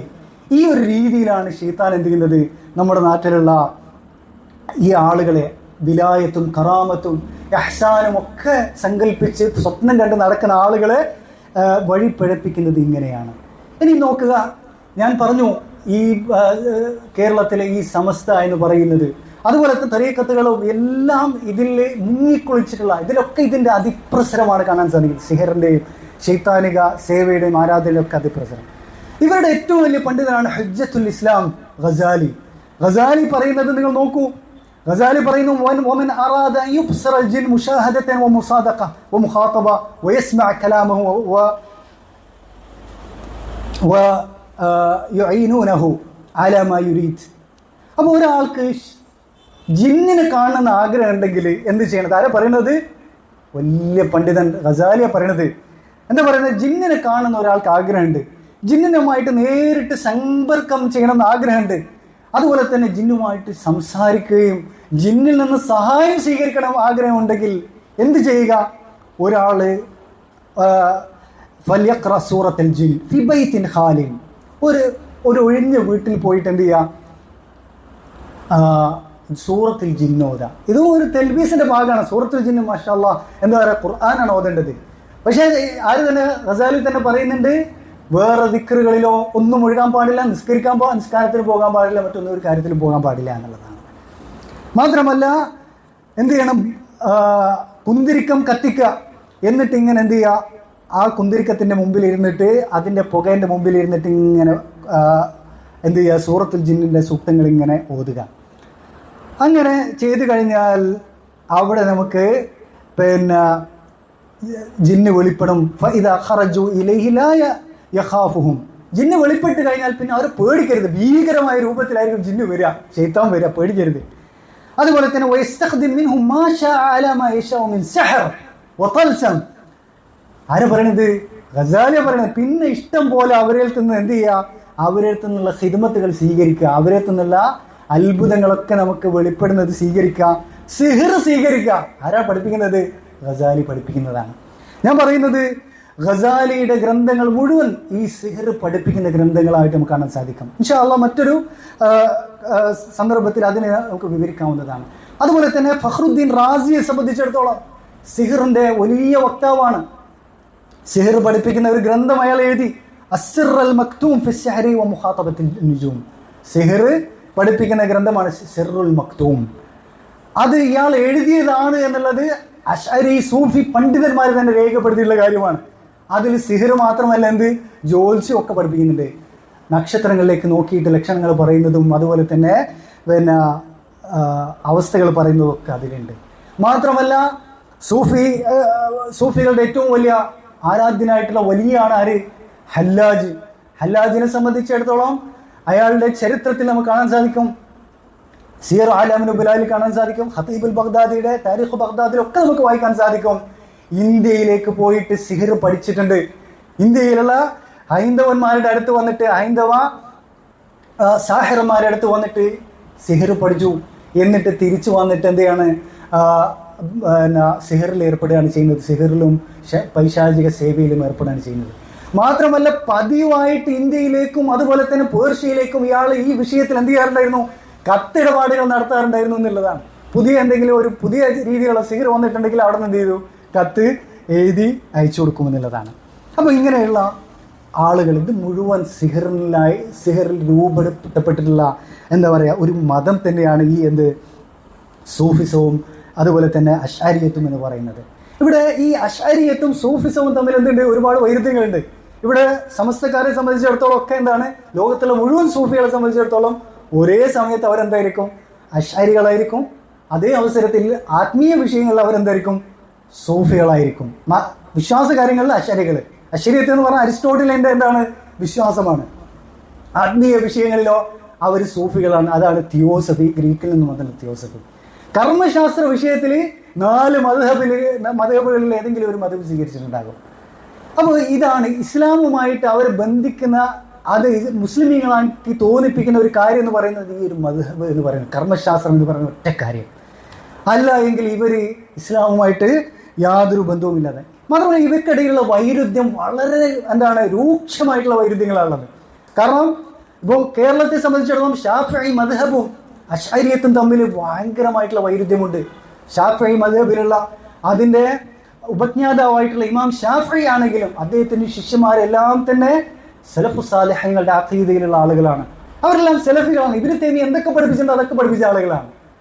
ആ അവസ്ഥ. അതുകൊണ്ട് തന്നെ എന്ത് ചെയ്യും, ഈ അശ്വര്യത്വം എന്തുണ്ടാവും, ഈ ഷാഫി മതവും തമ്മിലുള്ള എന്തുണ്ടാകും, വൈരുദ്ധ്യം വളരെ എന്തായിരിക്കും, രൂക്ഷമായിരിക്കും. മാത്രമല്ല ഈ സൂഫിസവും അശ്വര്യത്വവും തമ്മിൽ എന്തുണ്ട്, മറ്റൊരു വൈരുദ്ധ്യമുണ്ട്. എന്താ പറയുക, ഞാൻ പറഞ്ഞതുപോലെ ഈ അശ്വര്യത്ത് എന്ന് പറയുന്നത് അരിസ്റ്റോട്ടിലിൻ്റെ എന്താ പറയുക തത്വശാസ്ത്രമാണ്. എന്നാൽ സൂഫിസം എന്ന് പറയുന്നത് അഫ്ലാത്തോൺ, പ്ലാറ്റോൻ്റെ എന്താണ് ആത്മീയ ലൈനാണ്, മാർഗമാണെന്നുള്ള. അതിൻ്റെ ഇടയിൽ എന്തുണ്ട്, ഭയങ്കരമായിട്ടുള്ള വൈരുദ്ധ്യമുണ്ട്. ഒരു നിലക്കും അത് യോജിക്കാത്ത വൈരുദ്ധ്യങ്ങളുണ്ട്. അപ്പോൾ ഇവിടെ കേരളത്തെ സംബന്ധിച്ചിടത്തോളം ഇവിടെ ഒരുപാട് വിവാദങ്ങളുണ്ട് അല്ലേ. ഇപ്പോൾ AP സമസ്തയിലുള്ള പേരോടും പൊന്മളയെ പോലുള്ള ആളുകളും ഒരു പക്ഷത്ത്, മറ്റൊരു പക്ഷത്ത് എന്താ പറയുക റഹ്മത്തുള്ള കാസിമെ പോലുള്ള ആളുകൾ, അതേപോലെ നൗഷാദ് ഹസനി പോലുള്ള ആളുകൾ തമ്മിലുള്ള ഏറ്റുമുട്ടലുകൾ. ഈ ഏറ്റുമുട്ടൽ എന്തെന്നാണ്, ഈ പേരോടിനെ പോലുള്ള ആളുകൾ അശ്അരി ഗ്രന്ഥങ്ങളിൽ നിന്ന് എന്താ പറയുക പിന്നെ ബേസ് ചെയ്ത് സംസാരിക്കുന്ന ആളുകളാണ്. അവർക്കെതിരായിട്ട് പൂർണ്ണമായിട്ട് തീവ്ര സൂഫിസ ലൈനിൽ സംസാരിക്കുന്ന ആളുകളാണ് എന്ത്, ഈ റഹ്മത്തുള്ള കാസിമിയും അതുപോലെ നൗഷാദ് ഹസനി പോലുള്ള ഒരുപാട് തരീഖത്തുകാരായിട്ടുള്ള ആളുകളും ഒക്കെ തന്നെ. അപ്പോൾ അവർക്കിടയിലുള്ള വൈരുദ്ധ്യങ്ങൾ മാത്രമല്ല, ഏതെങ്കിലും ഒരു പണ്ഡിതൻ ഷാഫി ഫിഖ് കൂടുതൽ പഠിച്ചിട്ടുണ്ടെങ്കിൽ എന്താണ്, ഇവരോട് എന്തെങ്കിലും ഭയങ്കരമായിട്ടുള്ള എന്തുണ്ടാകും, പ്രശ്നങ്ങൾ ഉണ്ടാകും. എന്നാൽ പോലും ഇവർക്കൊന്നും തന്നെ എന്ത് ചെയ്യാൻ പറ്റില്ല, ഈ പറയുന്ന പേരോടാകട്ടെ പൊന്മളയാകട്ടെ മറ്റേതൊരാളാകട്ടെ ഈ തരീഖത്തുകൾക്കെതിരിലോ ഈ പൈശാചിക സേവയ്ക്കെതിരിലോ ഖുറാഫാത്തുകൾക്കെതിരിലോ വഹ്ദത്തുൽ വജൂദിനെതിരിലോ ഒരു വിരൽ നടിക്കാൻ അവർക്ക് സാധിക്കില്ല. കാരണം എന്ന് പറയുന്നത് പേരോടിനെ സംബന്ധിച്ചിടത്തോളം അവരുടെ അവസ്ഥ എന്ന് പറയുന്നത് കേരളത്തിൽ പോലീസുകാരുടെ അവസ്ഥയാണ്. ഈ പോലീസുകാർ ചോദ്യം ചെയ്യാരാണ്, പിടിക്കാരാണ്, പെറ്റിയടിക്കാരാണ്. ഹെൽമെറ്റ് വെക്കാത്ത ആളെ അവരെന്ത് ചെയ്യും, ഭയങ്കര സ്ട്രിക്റ്റ് ആയിട്ട് എന്ത് ചെയ്യും, പെറ്റിയടിപ്പിക്കും, അവരെ പിടിക്കുകയും വരട്ടൊക്കെ ചെയ്യും. അതുപോലെ തന്നെ ചെറുകിട കള്ളന്മാരായിട്ടുള്ള ആളുകൾ അല്ലേ, അവരെന്ത് ചെയ്യും, ഇവർ പിന്നെ പിടികൂടും. എന്നാൽ ഇവിടുത്തെ ഏറ്റവും വലിയ കള്ളന്മാരായിട്ടുള്ള ആളുകൾ ആരാണ്, ഇവിടുത്തെ രാഷ്ട്രീയക്കാർ. അതിൻ്റെ ഹോൾസെയിൽ ഡീലേഴ്സ് ആയിട്ടുള്ള ആളുകളാണ് രാഷ്ട്രീയക്കാർ. ഈ രാഷ്ട്രീയക്കാരെ ഈ പോലീസുകാർക്ക് എന്തെങ്കിലും ചെയ്യാൻ പറ്റുമോ? ഒന്നും ചെയ്യാൻ പറ്റില്ല. കാരണം ഇവരെ തന്നെ ഫണ്ട് ചെയ്യുന്നത് ആരെന്നെയാണ്, ഈ പോലീസുകാർ തന്നെയാണ്, അല്ലെ ഈ രാഷ്ട്രീയക്കാരാണ്. അതല്ലെങ്കിൽ ഇവിടുത്തെ വലിയ മദ്യ മാഫിയകളോ അല്ലെങ്കിൽ മയക്കുമരുന്ന് മാഫിയകളോ ഇവർക്ക് എന്തെങ്കിലും ചെയ്യാൻ പറ്റുമോ? ചെറുകിട എന്താ പറയുക കഞ്ചാവ് വച്ചവരക്കാർ ഇവരിങ്ങനെ പിടിക്കും. തലപ്പത്തുള്ള ആളുകൾക്ക് അവരെ തൊടാൻ ഇവർക്ക് സാധിക്കില്ല. ഇതേ അവസ്ഥയാണ് എന്തുള്ളത്, ഈ പേരോടിൻ്റെയും പൊന്മളയുടെ ഒക്കെ അവസ്ഥ എന്ന് പറയുന്നത്. കാരണം ഇവരുടെ ഗ്രന്ഥങ്ങൾ, ഈ ഗസാലിയുടെയും റാസിയുടെയും എല്ലാം ഗ്രന്ഥങ്ങൾ, ഇബ്നു അറബിയുടെയും എല്ലാം ഗ്രന്ഥങ്ങൾ ഈ സിഹറുമായിട്ട് നിറഞ്ഞിട്ടുള്ള ഗ്രന്ഥങ്ങളാണ്. അവരെ സംബന്ധിച്ചിടത്തോളം ഇതിനെതിരെ ഒരു വിരലനക്കാൻ സാധിക്കില്ല. കാരണം ഈ സമസ്ത തന്നെ രൂപീകരിക്കപ്പെട്ടുള്ളത്, ആ സമസ്ത കെട്ടിപ്പടുക്കപ്പെട്ടുള്ളത് തന്നെ ഈ പൈശാചിക ആരാധനയിലെ മേലും ഈ അസ്മാത്ത് അൽസമാത്തിന്റെ മേലും ഈ പറയുന്ന ജ്യോതിഷത്തിന്റെ മേലും ഒക്കെയാണ് കെട്ടിപ്പടുക്കപ്പെട്ടുള്ളത്. അതുകൊണ്ട് തന്നെ ഇവരിങ്ങനെ പിന്നെ എന്താ പറയുക തരീഖത്തുകാരെയൊക്കെ എന്ത് ചെയ്യും, ഇവർ വിമർശിക്കും. അല്ലെങ്കിൽ ഇവരെ കച്ചവടത്തിന് എന്താ പറയുക ഭീഷണിയാകുന്ന ആളുകൾ മാത്രം വിമർശിക്കും. ഇപ്പോൾ കാരണമായിട്ട് എന്താ പറയുക പിന്നെ ഹാഫിദ് കുരുവട്ടൂരിനെ ഇവർ വിമർശിക്കുന്നു. എന്താണ് ഹാഫിദ് കുരുവട്ടൂരിന്റെ പ്രശ്നം എന്ന് പറയുന്നത്? ആ പ്രശ്നത്തെക്കാളും ഗുരുതരമായുള്ള പ്രശ്നം ആരുടെ കയ്യിലുണ്ട്? CM മടവൂരിന്റെ കയ്യിലുണ്ട്. CM മടവൂരിന്റെ എതിരിൽ ആരെങ്കിലും ഒരു വിരലനക്കോ, ആരെങ്കിലും ശബ്ദിക്കാൻ തയ്യാറാകുന്നുണ്ടോ? ഒരിക്കലും തയ്യാറാകില്ല. ഇയാള് CM മടവൂർ നിസ്കരിക്കാറില്ല, നോമ്പ് വയ്ക്കാറില്ല, ജുമാക്ക് പങ്കെടുക്കാറില്ല, താടി വെക്കാറില്ല, എല്ലാ ഹറാമുകളും ഇഷ്ടംപോലെ യഥേഷ്ടം ചെയ്യുന്ന ഒരു വ്യക്തിയാണ്. അതുപോലെ തന്നെ കൽപ്പനകളൊക്കെ വലിച്ചെറിഞ്ഞിട്ടുള്ള വ്യക്തിയാണ്. അയാൾക്കെതിരിൽ ഇവർക്ക് എന്തെങ്കിലും ചെയ്യാൻ സാധിക്കുമോ? ഒരിക്കലുമില്ല. അപ്പോൾ ഇവരെ സംബന്ധിച്ചിടത്തോളം എന്നിട്ട് ഇവർക്ക് എന്ത് ചെയ്യാണ്, അത് ജദ്ബിന്റെ ഹാലിലാണ് ആരുള്ളത്, CM മടവൂർ എന്ന് പറഞ്ഞിട്ട് ഒരു എന്താ പറയുക ഒരു ഉദരടെ കൊടുക്കുകയാണ് ചെയ്യുക, അല്ലെങ്കിൽ ഒരു മേക്കപ്പ് അവിടെ ഇടിച്ച് കൊടുക്കുകയാണ് ചെയ്യുക.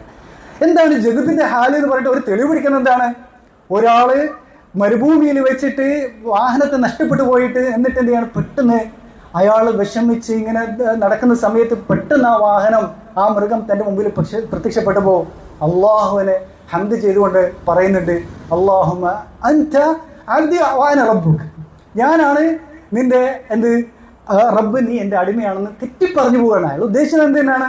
ഹദീസിൽ വന്നതിൽ അദ്ദേഹം ഉദ്ദേശിച്ചത് എന്താണ്? നീ എൻ്റെ റബ്ബാണ്, ഞാൻ നിന്റെ അടിമയാണ്, നിന്റെ തൗഫീഖാണ് ഇതെന്നാണ് പറയാൻ ഉദ്ദേശിച്ചത്. രാവിലെ എന്താണ് ആ ഒരു ജിജ്ഞാസയിൽ എന്ത് ചെയ്തു, തെറ്റിപ്പോവുകയാണ് ചെയ്തിട്ടുള്ളത്. അതാണ് എന്തിനു തെളിവാക്കുന്നത്? ഈ ജദ്ബിന് തെളിവാക്കുന്നത്. ഈ പറയപ്പെട്ട സംഗതി ഒരു നിമിഷത്തിൽ അബദ്ധമായി വന്നുപോയ സംഗതിയാണ്. ഇതെന്ന് പറയുന്നത് വർഷങ്ങളോളം 20, 25, 30 വർഷങ്ങളോളം നീണ്ടു നിൽക്കുന്ന അവസ്ഥയാണ് ഈ പറയുന്നത്. ഒരു ജദ്ബ് ഇവിടെ ഇല്ല. CM മടവൂരിനെ സംബന്ധിച്ച് അയാൾക്ക് ഭ്രാന്തിനെ തെളിയിക്കാൻ അവിടെ സാധ്യമല്ല.